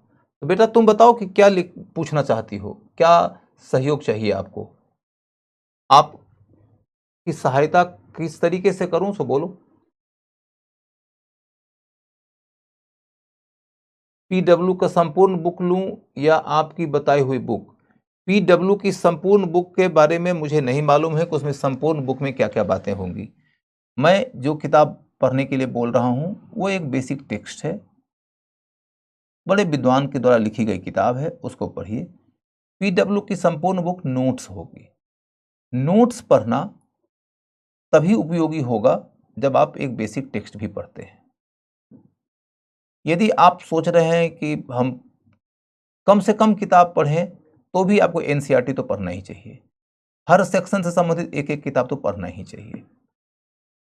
हालांकि हम जैसे लोगों की ये बातें थोड़ी अलोकप्रिय होती हैं, क्योंकि आपको कई दफ़ा जादू की छड़ी चाहिए ही होती है कि जिसमें कोई आके कहे अरे पढ़ने की क्या ज़रूरत है, मैं हूं ना, ये नोट्स दे दूंगा तो हो जाएगा।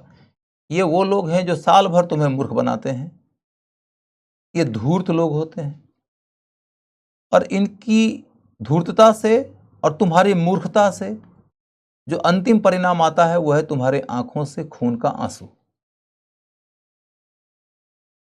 आप लोगों को यदि सच मामले में आईएएस की तैयारी करके आईएएस बनना है, तो अपने माथे के ऊपर अभिलेख की तरह छपवा लो कि किताब पढ़ना पड़ता है। और यदि तुमको सिर्फ तैयारी करके संतुष्टि चाहिए, तब तो सिर्फ कोचिंग में एडमिशन लो, मजे लो, आपस में बातचीत करो, एक दूसरे के साथ में टांग खिंचाई करो, एक दूसरे के साथ में और भी तमाम प्रकार के आदान प्रदान किया करो, जुबान से लेके दिल तक। उसके बाद फिर हंसते हंसते कट जाएंगे रास्ते। कुछ समय तक ये रास्ते कटते रहेंगे हंसते हंसते, उसके बाद में फिर रास्ते तो फिर भी कटेंगे, लेकिन रोते रोते।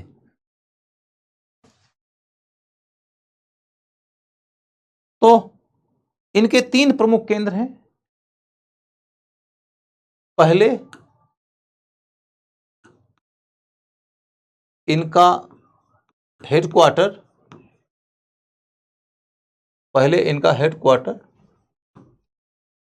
था पुलिकट में,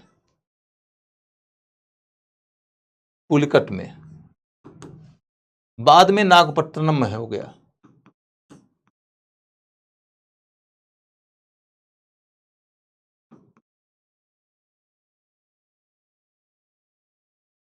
बाद में नागपट्टनम में हो गया। बाद में इनका हेडक्वार्टर नागपट्टनम में हो गया। तो पुलिकट और नागपट्टनम इसलिए याद रखना है क्योंकि इनके हेडक्वार्टर्स थे। ये पूछा जा सकता है। जैसे आप देखो, इस बार क्वेश्चन पूछा ना धान्य कटक को लेकर। धान्य कटक सातवाहनों का कैपिटल पहले था, बाद में हो गया था प्रतिष्ठान। उसी तरीके से इनका हेडक्वार्टर पहले था पुलिकट में, बाद में हो गया कहां? तो नागपट्टनम में। और ये दोनों कहां है? तो कोरोमंडल तट के ऊपर। कोरोमंडल तट का मतलब क्या हुआ? भारत में दक्षिण पूरब के समुद्र तटवर्ती इलाका। कासिम बाजार कहां है? कासिम बाजार, ढक्का और पटना, ये तीनों उस समय बंगाल में हुआ करता था। तीनों उस समय बंगाल में ही हुआ करता था। उस समय बिहार और उड़ीसा भी बंगाल के राज्य के अधीन होता था, इसलिए पटना को भी मैंने बंगाल के अधीन बताया। वैसे आप पटना बिहार में है तो जानते ही हैं। तो पटना जो कि बिहार में है, वो उस समय बंगाल में था क्योंकि बिहार बंगाल के ही शासक के अधीन था। इन जगहों पर इनके प्रमुख केंद्र थे। अब अगला मुद्दा क्या है? इनके संबंध के ऊपर विचार करके देखें तो पुर्तगालियों से संबंध का मामला सिर्फ इतना ही है कि पुर्तगालियों को इन्होंने कई जगह हराया और उनके कई सारे केंद्र छीन लिए। लेकिन ज्यादातर मामले में जिन जगहों पर इन्होंने पुर्तगालियों को हराया वो भारत से बाहर है। डच लोगों की मूल रुचि, उनका मूल इंटरेस्ट जिस इलाके में था वो भारत नहीं था, वो था साउथ ईस्ट एशिया, इंडोनेशिया का इलाका। क्योंकि डच लोग मसाले के व्यापार में सबसे ज्यादा इंटरेस्टेड थे। मसाले के व्यापार में बहुत इंटरेस्टेड होने के नाते उनका इंटरेस्ट भारत से ज्यादा साउथ ईस्ट एशिया में हुआ, क्योंकि साउथ ईस्ट एशिया में मसाला ज्यादा है। पुर्तगाली जब भारत आए थे या डच जब भारत आए थे या ब्रिटिश जब भारत आए थे, तो यह ध्यान रखिएगा कि उनकी प्राथमिकता भारत मात्र की नहीं थी। उनकी कंपनी का नाम, जैसे अंग्रेजों की कंपनी का नाम क्या है? तो ईस्ट इंडीज से व्यापार करने वाली कंपनी, ईस्ट इंडिया कंपनी। यहां इंडिया मात्र तक सीमित रह के मत सोचिएगा, वो पूरे हिंद महासागर के इलाके के ट्रेड के उद्देश्य से आई हुई कंपनी थी। उसके अंदर इंडिया भी एक पार्ट था, इंडिया ही एकमात्र पार्ट नहीं था। तो पुर्तगालियों का कुछ प्रभाव आपको मिलेगा भारत के तटवर्ती इलाकों में, कुछ प्रभाव मिलेगा आपको फारस की खाड़ी में, कुछ प्रभाव मिलेगा आपको अदन की खाड़ी में। अब फारस की खाड़ी का इलाका जो है वो होर्मुज का इलाका है, वो उनसे अंग्रेजों ने छीन लिया, मैंने नहीं पढ़ाया, क्योंकि वो इंडिया का पार्ट नहीं है। या इनसे अदन का इलाका छीन लिया डचों ने, मैं उसे भी ज्यादा नहीं पढ़ाऊंगा, वो भी पार्ट ऑफ इंडियन हिस्ट्री नहीं है। सिर्फ और सिर्फ इतनी बात बता दे रहा हूं कि अंग्रेज और पुर्तगालियों ने इनको कई जगहों पे हराया, इनके कई इलाके अंग्रेज छीन लिए, कई इलाके इनके डच छीन लिए। माफ करिए, मैं पुर्तगाली बोल रहा था तो मैंने कहा कि पुर्तगालियों को कई जगहों पे अंग्रेजों ने हराया, कई जगहों पे डचों ने हराया। उनके कुछ इलाके अंग्रेजों ने छीन लिया, कुछ इलाका डचों ने छीन लिया। तो डच और पुर्तगाली का संबंध कैसा था? तो एक दूसरे के साथ में टकराव का था, जिसमें कि डच भारी पड़ गए थे। ये आपको सिर्फ याद रखना है, इससे ज्यादा आपको इस विषय पर नहीं पढ़ना है। पुर्तगाली से कैसा संबंध था? तो संघर्ष का।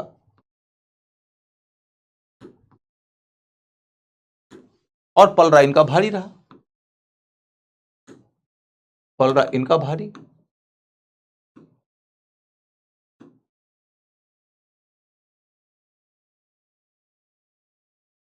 फिर देखोगे कि कोचीन और नागपत्तनम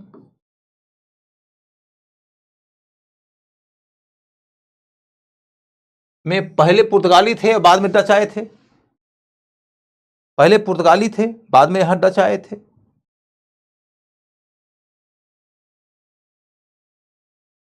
आपने इतनी बात पढ़ लिया तो इससे ज्यादा पढ़ने की कोई जरूरत नहीं है। इतनी बात आपने पढ़ लिया तो इससे ज्यादा पढ़ने की जरूरत नहीं है। इसके बाद अगला मुद्दा है ब्रिटिश संबंध।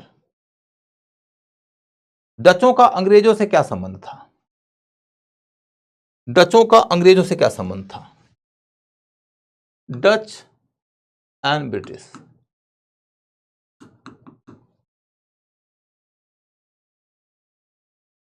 तो पहला पॉइंट, ब्रिटिश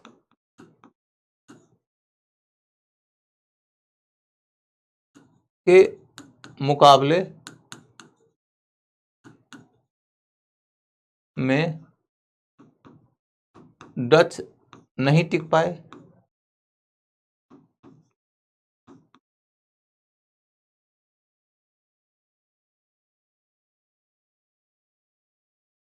इसलिए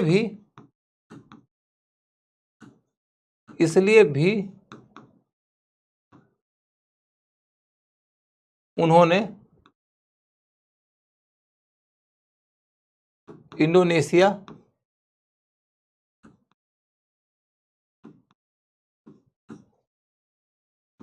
पर ध्यान लगाया।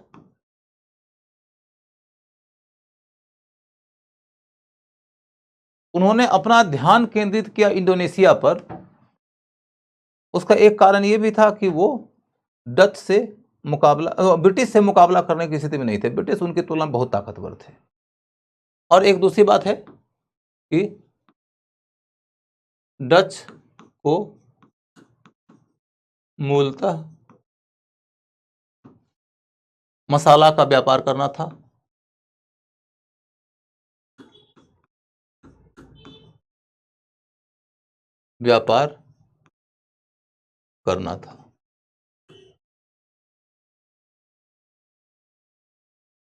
एक तीसरा फैक्ट जो आपके लिए काफी काम का है,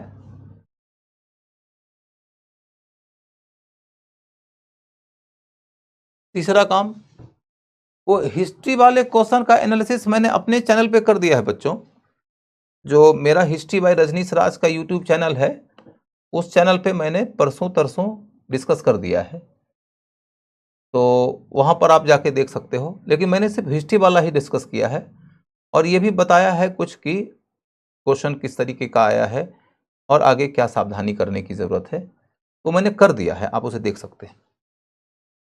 डच का मूलतः मसाला व्यापार पर ध्यान था। तीसरा है कि 1760 ईस्वी में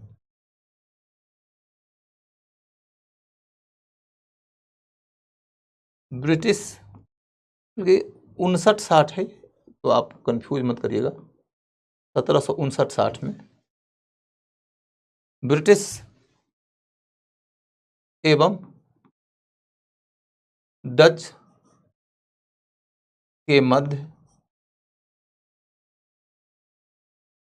चिनसुरा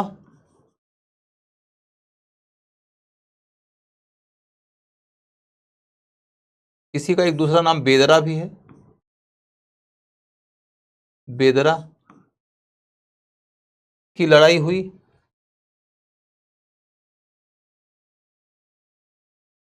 लड़ाई हुई, ब्रिटिश जीते,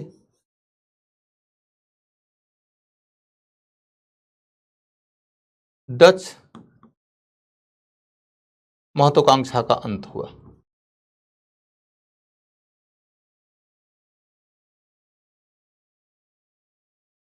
का अंत, डच महत्वाकांक्षा का अंत हो गया।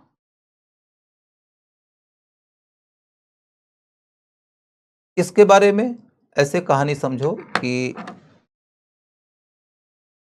डच भारत जब आए हैं तो पहली दफा तो क्वेश्चन ये पूछा जाएगा कि ब्रिटिश पहले भारत आए कि डच, तो पहले डच आए थे।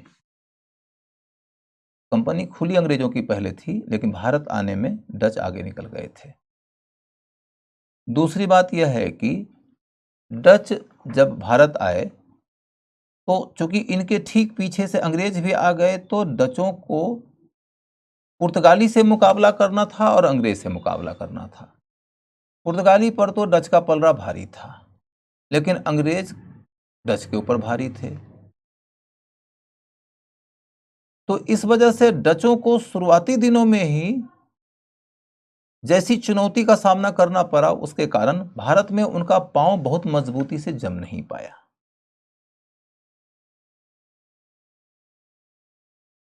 अंततोगत्वा भारत से ज्यादा केंद्रित कर लिया ध्यान उन्होंने अपना इंडोनेशिया के ऊपर।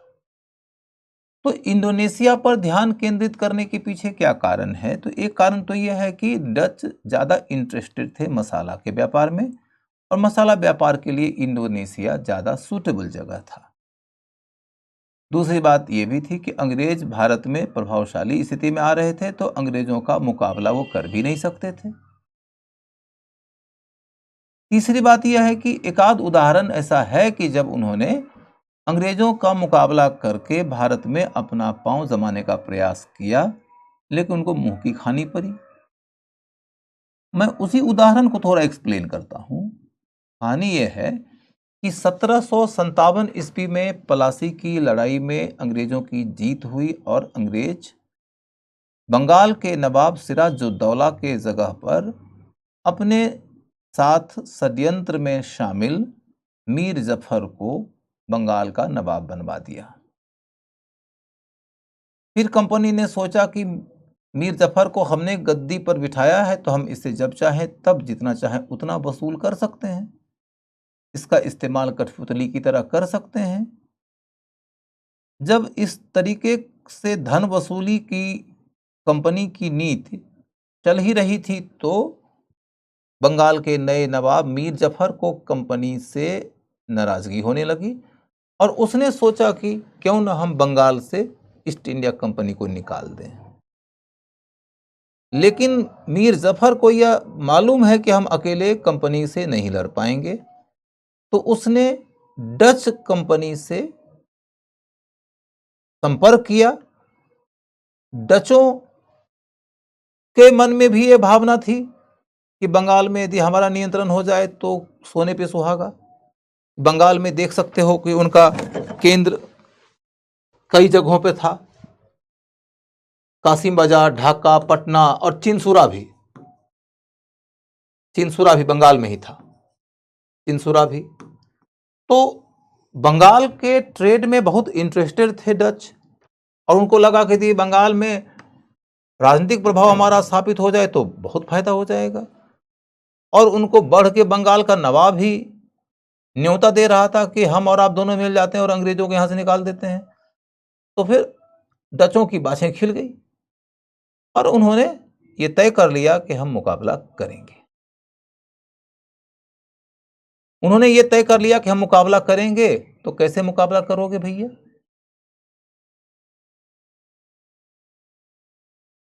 दोनों ने मिलकर गठजोड़ करके कंपनी को निकालने की योजना बनाया, लेकिन कंपनी वाले को इसकी सूचना लग गई।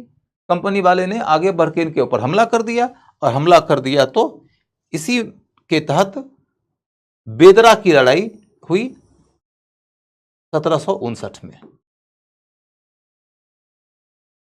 इस बेदरा की लड़ाई को चिनसुरा की लड़ाई भी कहा जाता है। दोनों में से कोई भी नाम आपको दे सकते हैं, बेदरा की लड़ाई या चिनसुरा की लड़ाई। तो आपको यह समझना है कि चिनसुरा की लड़ाई किनके किनके बीच में हुई थी, तो डच वर्सेस ब्रिटिश के बीच में हुई थी। इस लड़ाई में डच हार गए, उसके बाद भारत से राजनीतिक महत्वाकांक्षा उनकी खत्म ही हो गई। यहां पर भी आपको एक सावधानी देता हूं कि जैसे क्वेश्चन आपके सामने क्या दे सकता है, प्लासी की लड़ाई,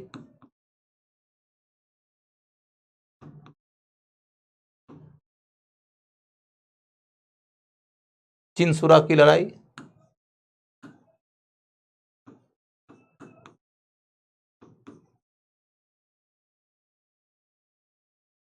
बक्सर की लड़ाई,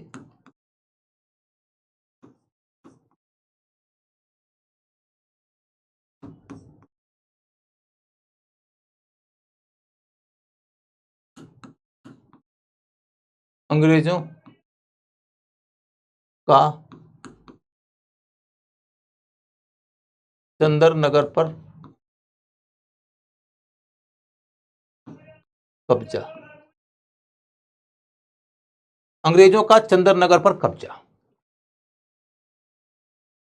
अंग्रेजों का चंदर नगर पर कब्जा।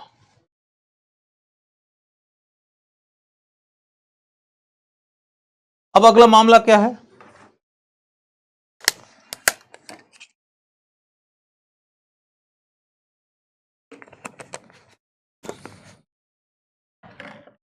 अब अगला मामला क्या है भाई, अंग्रेजों का चंदर नगर पे कब्जा, प्लासी की लड़ाई, चिनसुरा की लड़ाई, बक्सर की लड़ाई। कहेगा क्रम व्यवस्थित करिए, क्रम व्यवस्थित करिए। माने पहले कौन सी घटना हुई, उसके बाद कौन सी घटना हुई। तो गौर करने लायक किस्सा क्या है दोस्त, कि चंदर नगर और प्लासी की लड़ाई एकदम क्लोज ऑप्शन है। अब आप यदि 1756, 1757 इस तरीके से याद करिएगा तो आपकी तो जान ही निकल जाएगी। तो कहानी क्या है कि चंदर नगर बंगाल का एक जगह है जहां फ्रांसीसियों का केंद्र था। उस केंद्र पर अंग्रेजों ने हमला करके उसके ऊपर कब्जा कर लिया। इस बात से नाराज हो गया बंगाल का नवाब, और यही तात्कालिक कारण बन गया बंगाल के नवाब सिराजुद्दौला और ब्रिटिश कंपनी के बीच में प्लासी की लड़ाई का। तो चंदर नगर के ऊपर अंग्रेजों के कब्जे और प्लासी की लड़ाई के वर्ष याद मत करो, महीने याद मत करो, संबंध याद करो, तो अपने आप समझ जाओगे कि अच्छा, चंदर नगर पे कब्जा पहले हुआ है अंग्रेजों का, प्लासी की लड़ाई बाद में हुई है। ठीक वैसी ही कहानी यहां पर है कि चिनसुरा की लड़ाई किसके किसके बीच में हुई, डच और ब्रिटिश के बीच में। डच किसके साथ गठजोड़ किए थे, मीर जफर के साथ। मीर जफर को अंग्रेजों ने गद्दी से उतार दिया, और उसके बाद गद्दी पर किसको बिठाया, मीर कासिम को। और मीर कासिम से अंग्रेजों की लड़ाई हुई, बक्सर की लड़ाई। तो बक्सर की लड़ाई जो मीर कासिम से हुई है, उसके पहले मीर कासिम को अंग्रेज ने ही गद्दी पर बिठाया है, और मीर कासिम को गद्दी पर बिठाने के पहले मीर जफर को गद्दी से उतारा है, और मीर जफर को गद्दी से उतारने के पहले डचों को हराया है बेदरा की लड़ाई में या चिनसुरा की लड़ाई में। अब तुम इस कहानी को याद रखने में यदि कामयाब हो, तब तो तुमको वर्ष याद करने की जरूरत नहीं पड़ेगी, अन्यथा तुम वर्ष याद करते रहो, रटते रहो, कितना भी रट लो भूल तो जाओगे ही। बहुत लोग कहते हैं कि मैं इतिहास में याद नहीं रख पाता। बेटा, तुम इतिहास को वर्ष और महीने के अनुसार पढ़ते हो, तुम्हारे पीर बाबा नहीं याद रख पाएंगे। मैं जिस कहानी को समझाता हूं उस कहानी के मुताबिक पढ़ो, तुमको याद रखने में कामयाबी मिल ही जाएगी। ठीक है, तो अभी आप कहोगे कि चंद्रनगर कहां से आ गया? चंद्रनगर आगे चलकर आएगा, फ्रांसीसियों के मामले में दोबारा पढ़ाऊंगा। अभी तो मैंने एक क्वेश्चन का ट्रिक समझाने के लिए आपको यह बता दिया, तो आप ये मत समझिएगा कि चंद्रनगर वाला बीच में कैसे आ गया। ठीक है, तो पुर्तगाली की कहानी में, सॉरी डच की कहानी में यह बात हो गई कि इनके प्रमुख केंद्र कौन से हैं, पुर्तगालियों का संबंध कैसा था, ब्रिटिश से संबंध कैसा था, फिर भारत में इनका योगदान क्या है। सिर्फ इतनी ही बात पढ़ के हम इस डच के टॉपिक को समाप्त कर देंगे। तो डच का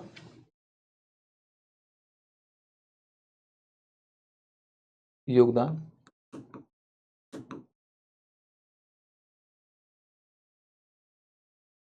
लिखिए, डच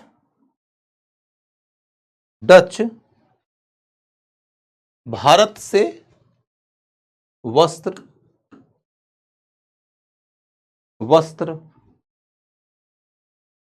सोरा माने साल्ट पीटर जिससे बारूद बनता है, सोरा, अफीम, नील आदि खरीदते थे।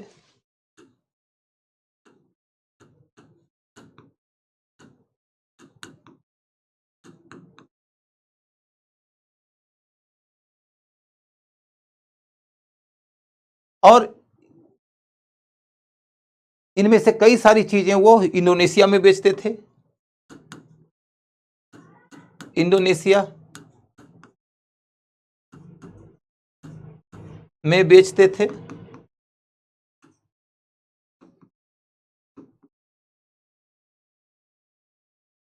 और वहां से मसाला खरीदकर यूरोप ले जाते थे, मसाला खरीदकर यूरोप ले जाते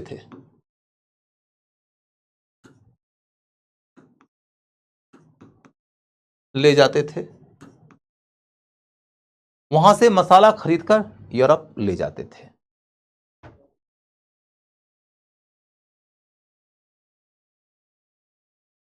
इस क्रम में कोरोमंडल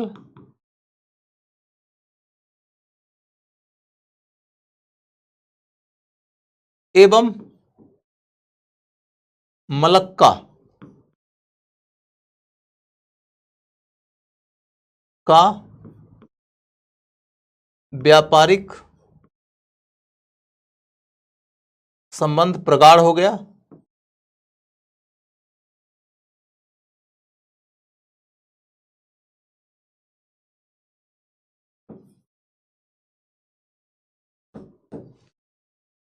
कोरोमंडल का मतलब क्या हुआ? तो भारत के अंदर समुद्र तट का दक्षिण पूर्वी इलाका, भारत का जो दक्षिणी हिस्सा है, दक्षिण का पूर्वी हिस्सा, एक तरफ जैसे पश्चिम में मालाबार है तो पूर्व में कोरोमंडल है, दक्षिण का पश्चिमी हिस्सा मालाबार, पूर्वी हिस्सा कोरोमंडल।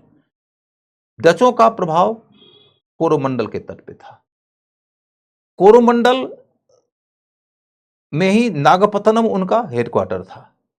यानी भारत के किसी भी इलाके से माल खरीदेंगे, आके वो जमा कहां करेंगे? नागपत्तनम में, और नागपत्तनम से वो ले जाएंगे मलक्का स्ट्रीट से गुजरते हुए, मलक्का से पास करते हुए इंडोनेशिया।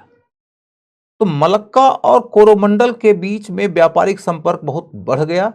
ये डचों का योगदान है। एक बार क्वेश्चन आया था तब जब ऑप्शनल हुआ करता था पीटी में कि मलक्का कोरोमंडल के बिना नहीं रह सकता और कोरोमंडल मलक्का के बिना नहीं रह सकता, ये मेड फॉर ईच अदर है। इसके संबंध के प्रगाढ़ होने के पीछे किनका योगदान है? तो डच का। जीएस में आज तक नहीं आया है लेकिन आगे आ सकता है।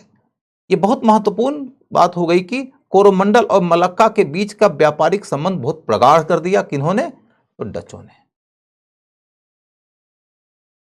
अब इसकी कहानी को थोड़ी और गहराई से समझो। अब इसकी कहानी को थोड़ी गहराई में समझो। शिवांश मिश्रा, तुम जो सवाल पूछ रहे हो उस सवाल का कोई मतलब नहीं है, क्योंकि तुम मेंस के अंदर जा रहे हो जिसकी जरूरत नहीं है कि गोवा पर ही क्यों नियंत्रण किया, क्यों नहीं किया। ये सब फालतू की बातें हैं। जहां पर ध्यान केंद्रित करना है ध्यान केंद्रित करो। तो अब ये समझो तुम लोग कि अंग्रेज डच एक दूसरे के मुकाबले हैं। अंग्रेज भारी पड़ गए, डच कमजोर पड़ गए। डच को यह बात समझ में आ गई कि हम भारत में व्यापार ही करें तो बेहतर है, प्रभुत्व की बात छोड़ो। तो वो ये सोचते हैं कि यदि इंडिया में आके हम अपना कुछ माल बेच लें और वहां से पैसा कमा लें और उसी पैसे से जाके इंडोनेशिया से मसाला खरीद लें, तो ये उनके बस में नहीं था। क्योंकि इंडिया में उस समय चाहे पुर्तगाली हो, चाहे डच हो, चाहे ब्रिटिश हो, किसी के देश के माल की खरीद की मांग ही नहीं थी। इंडिया के लोग विदेशी वस्तुएं नहीं खरीद रहे थे, वो अपने ही देश की वस्तुओं का उपभोग कर रहे थे। और विदेशी खरीदते भी थे तो एशियाई वस्तुओं की ही खरीद करते थे। यूरोप की बहुत कम ऐसी वस्तुएं थी जिनकी मांग थी भारत में। इसीलिए शुरुआती दौर में चाहे पुर्तगाली हो, चाहे डच हो, चाहे ब्रिटिश हो, चाहे फ्रेंच हो, उन सबों को भारत की वस्तु यदि खरीदना था तो इसके लिए उनको अपने देश से सोना चांदी का करेंसी लाना पड़ता था। उन्हें सोने और चांदी का अपना करेंसी लाना पड़ता था। उसको बुलियन कहते थे। बुलियन माने सिक्का, चांदी का सिक्का, सोने का सिक्का, किसी भी धातु का सिक्का हो सकता है, उसको बुलियन कहते थे। तो यूरोपियन लोगों को बुलियन लेकर आना पड़ता था भारतीय वस्तु खरीदने के लिए। यूरोपीय लोगों को बुलियन लेकर आना पड़ता था, तो डचों को भी लेकर आना पड़ा। डच पैसा लेकर आए, भारत से वस्तु खरीदे और उस वस्तु को फिर वो इंडोनेशिया ले जाके बेच देंगे। विशेष तौर पर कपड़ा इंडोनेशिया में जाके बेच देंगे। भारतीय कपड़ों की मांग इंडोनेशिया में खूब थी। इंडोनेशिया में इन्होंने भारत का कपड़ा बेचा, उससे पैसे कमाए और उसी पैसे से मसाला खरीद लिया, मसाला जाकर बेचा यूरोप में। यूरोप में मसालों की बड़ी मांग होती थी। मसाले बहुत महंगे दाम पे बेचे जाते थे। बहुत प्रॉफिटेबल ट्रेड था ये। वास्को डी गामा जब पहली दफा आया था इधर, तो यहां से कुछ मसाले लेकर गया। मसाला को बेचकर उसने जो पैसा कमाया वो उसके कॉस्ट से 60 गुना ज्यादा था। 6000% का प्रॉफिट था। कितनी बड़ी बात है। बात यह थी कि यूरोप में एक पूरा का पूरा सीजन ऐसा हो जाता है जहां की खेती वेती नहीं होती है, फसल वसल नहीं होता है और पशुओं के लिए भी कुछ चारा नहीं होता है। तो पशु को मारकर उनका मांस रख दिया जाता है, स्टोर कर लिया जाता है ठंडे में। उसमें नमक लगा दिया जाता है ताकि वो खराब नहीं हो। और बाद में उसको खाने के लिए, उसे स्वादिष्ट बनाने हेतु उसमें मसाला लगाया जाता था। मसाला यूरोप में था नहीं तो मसाला वो भारत से लेके जाते थे। तो उस मसाले की बड़ी मांग थी वहां पर, इसीलिए बहुत महंगे मूल्य पर भी लोग खरीद लेते थे। और इसी वजह से डचों का इंटरेस्ट इंडोनेशिया में हुआ। खैर, कुल मिलाकर देखो तो डच के बारे में यह कहानी हो गई कि पैसा लेकर आते हैं, भारत से माल खरीदते हैं, फिर साउथ ईस्ट एशिया का देश इंडोनेशिया लेके जाते हैं, वहां बेचते हैं, वहां से जो पैसा होता है उससे मसाला खरीदते हैं, मसाला यूरोप ले जाके बेच देते हैं। यही कुल ट्रेड था उनका। अब इस क्रम में एक और महत्वपूर्ण बात है कि उन्होंने कासिम बाजार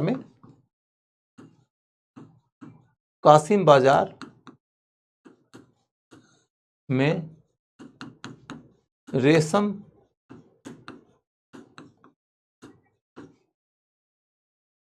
के उद्योग का केंद्र खोला था।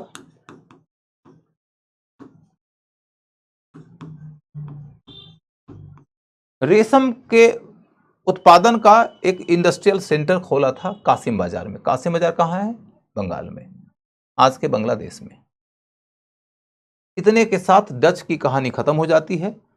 अब इसके बारे में कुछ भी पढ़ने की जरूरत नहीं है। सोरा मैंने कहा कि एक प्रोडक्ट है जिससे बारूद बनता है, अंग्रेजी में उसे साल्ट पीटर कहते हैं, तो उसमें तो दिक्कत नहीं आनी चाहिए। डच का मामला हमारा खत्म हो जाता है। डच के बाद फिर डेनिस। आप कहिएगा ब्रिटिश कहां चला गया? ब्रिटिश बाद में आएगा। डेनिस एकदम छोटा है, तो पहले डेनिस देख लीजिए। भारत में आने वाले कंपनियों में तो पहले पुर्तगीज थे, फिर डच थे, फिर ब्रिटिश हैं, फिर डेनिस हैं। तो ऐसे में आना तो मैंने कहा कि चाहिए था पहले ब्रिटिश को, लेकिन मैंने ब्रिटिश को जानबूझ के छोड़ दिया है ताकि ये आपका सीधा है जो निबट जाएगा।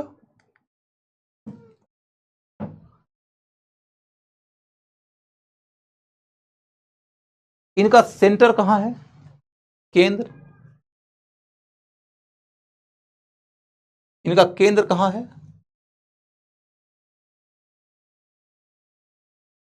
तो दो दो ही महत्वपूर्ण केंद्र है इनका। एक है ट्रैंकूवर, दक्षिण भारत में ट्रैंकूवर,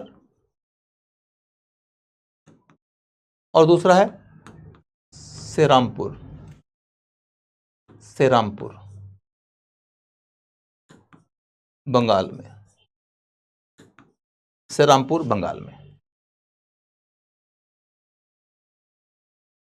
सेरामपुर ईसाई धर्म के प्रचार का एक महत्वपूर्ण केंद्र था। ईसाई धर्म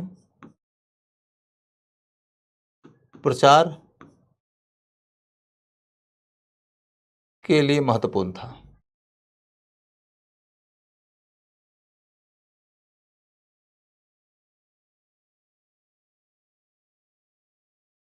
ईसाई धर्म के प्रचार के लिए महत्वपूर्ण था। अब क्यों महत्वपूर्ण है सो समझिए कि सेरामपुर एक ऐसा जगह था जो कि डेनिस के हाथ में था। डेनिस के इलाके में होने के नाते वहां पर ईसाई धर्म का प्रचार प्रसार हो रहा था।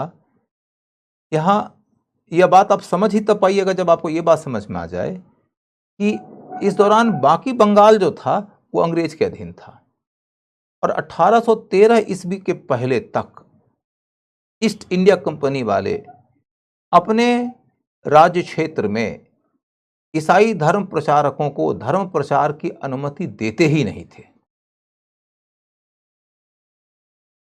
उनकी ये सोच थी कि धर्म प्रचार की कोशिश करेंगे जब ईसाई मिशनरी, तो इससे हिंदू नाराज हो जाएंगे, मुस्लिम नाराज हो जाएंगे, विद्रोह हो जाएगा।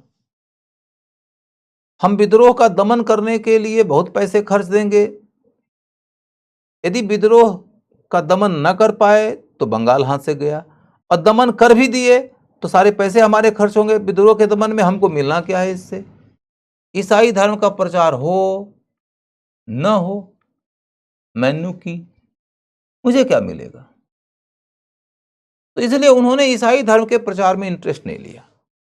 1813 ईस्वी में इंग्लैंड की संसद ने एक कानून बनाकर ईस्ट इंडिया कंपनी को बोला कि तुमको अपने इलाके में ईसाई धर्म के प्रचार की अनुमति देना पड़ेगा, और अनुमति ही मात्र नहीं दोगे बल्कि ईसाई धर्म के प्रचार में सहयोग भी दोगे, और इसके लिए एक धर्म प्रचार विभाग की स्थापना भी होगी।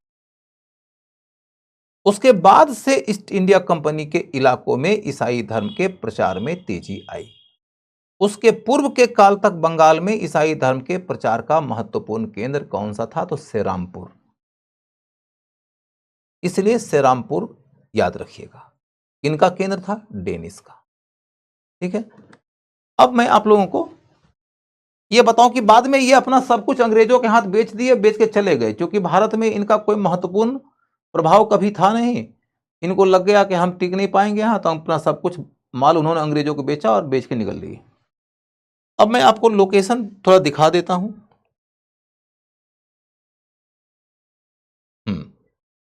ये देखो, आपको मैंने कल बताया था कि ये पुर्तगाली का सिंबल है और ये देखो डच का सिंबल है, ये डच का सिंबल है। तो आज मैंने डच का केंद्र बताया है आप लोगों को, तो डच के केंद्र की ओर चलकर देखो तो आपको ये बात समझ में आ जाएगी कि ये देखो डच का केंद्र है कोचीन।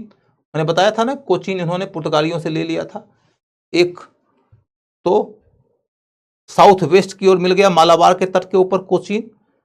उसके बाद फिर देखोगे कि पुलिकट, शुरुआती दौर में यही इनका हेडक्वार्टर था। बाद में देखोगे नागपत्तनम इनका हेडक्वार्टर हो गया, नागपत्तनम। ये आपको नहीं पढ़ना, ये जाफना में है तो इसको छोड़ दीजिए, ये नहीं पढ़ेंगे।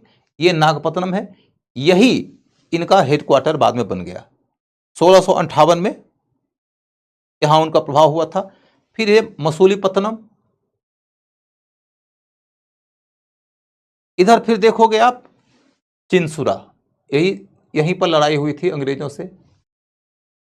इसके बाद फिर कासिम बाजार और क्या कहते हैं ढक्का, ये सब नहीं लिखा हुआ इसमें, लेकिन आपको मैंने लिखा दिया है तो आपको याद रहेगा। कासिम बाजार यही है बंगाल में, कासिम बाजार, ढाका और पटना। कुल मिलाकर आपको अंदाजा लग गया कि डचों का केंद्र कहां कहां था। सबसे पहला हेडक्वार्टर कौन था? पुलिकट। बाद में हेडक्वार्टर कौन हो गया? नागपत्तनम। ये याद रह जाएगा आपको, क्योंकि यहां से ही ये साउथ ईस्ट एशिया की ओर जाते थे, तो इसीलिए कहा गया कि ये कोरोमंडल का इलाका है और ये मालाबार का इलाका है। तो कोरोमंडल और मलक्का के बीच के संबंध को इन्होंने मजबूत कर दिया था। इसके बाद फिर डेनिस की बस्ती लेकर देखो आप, ये है सेरामपुर, डेनिस की बस्ती है सेरामपुर। और एक है ट्रैंकुबर,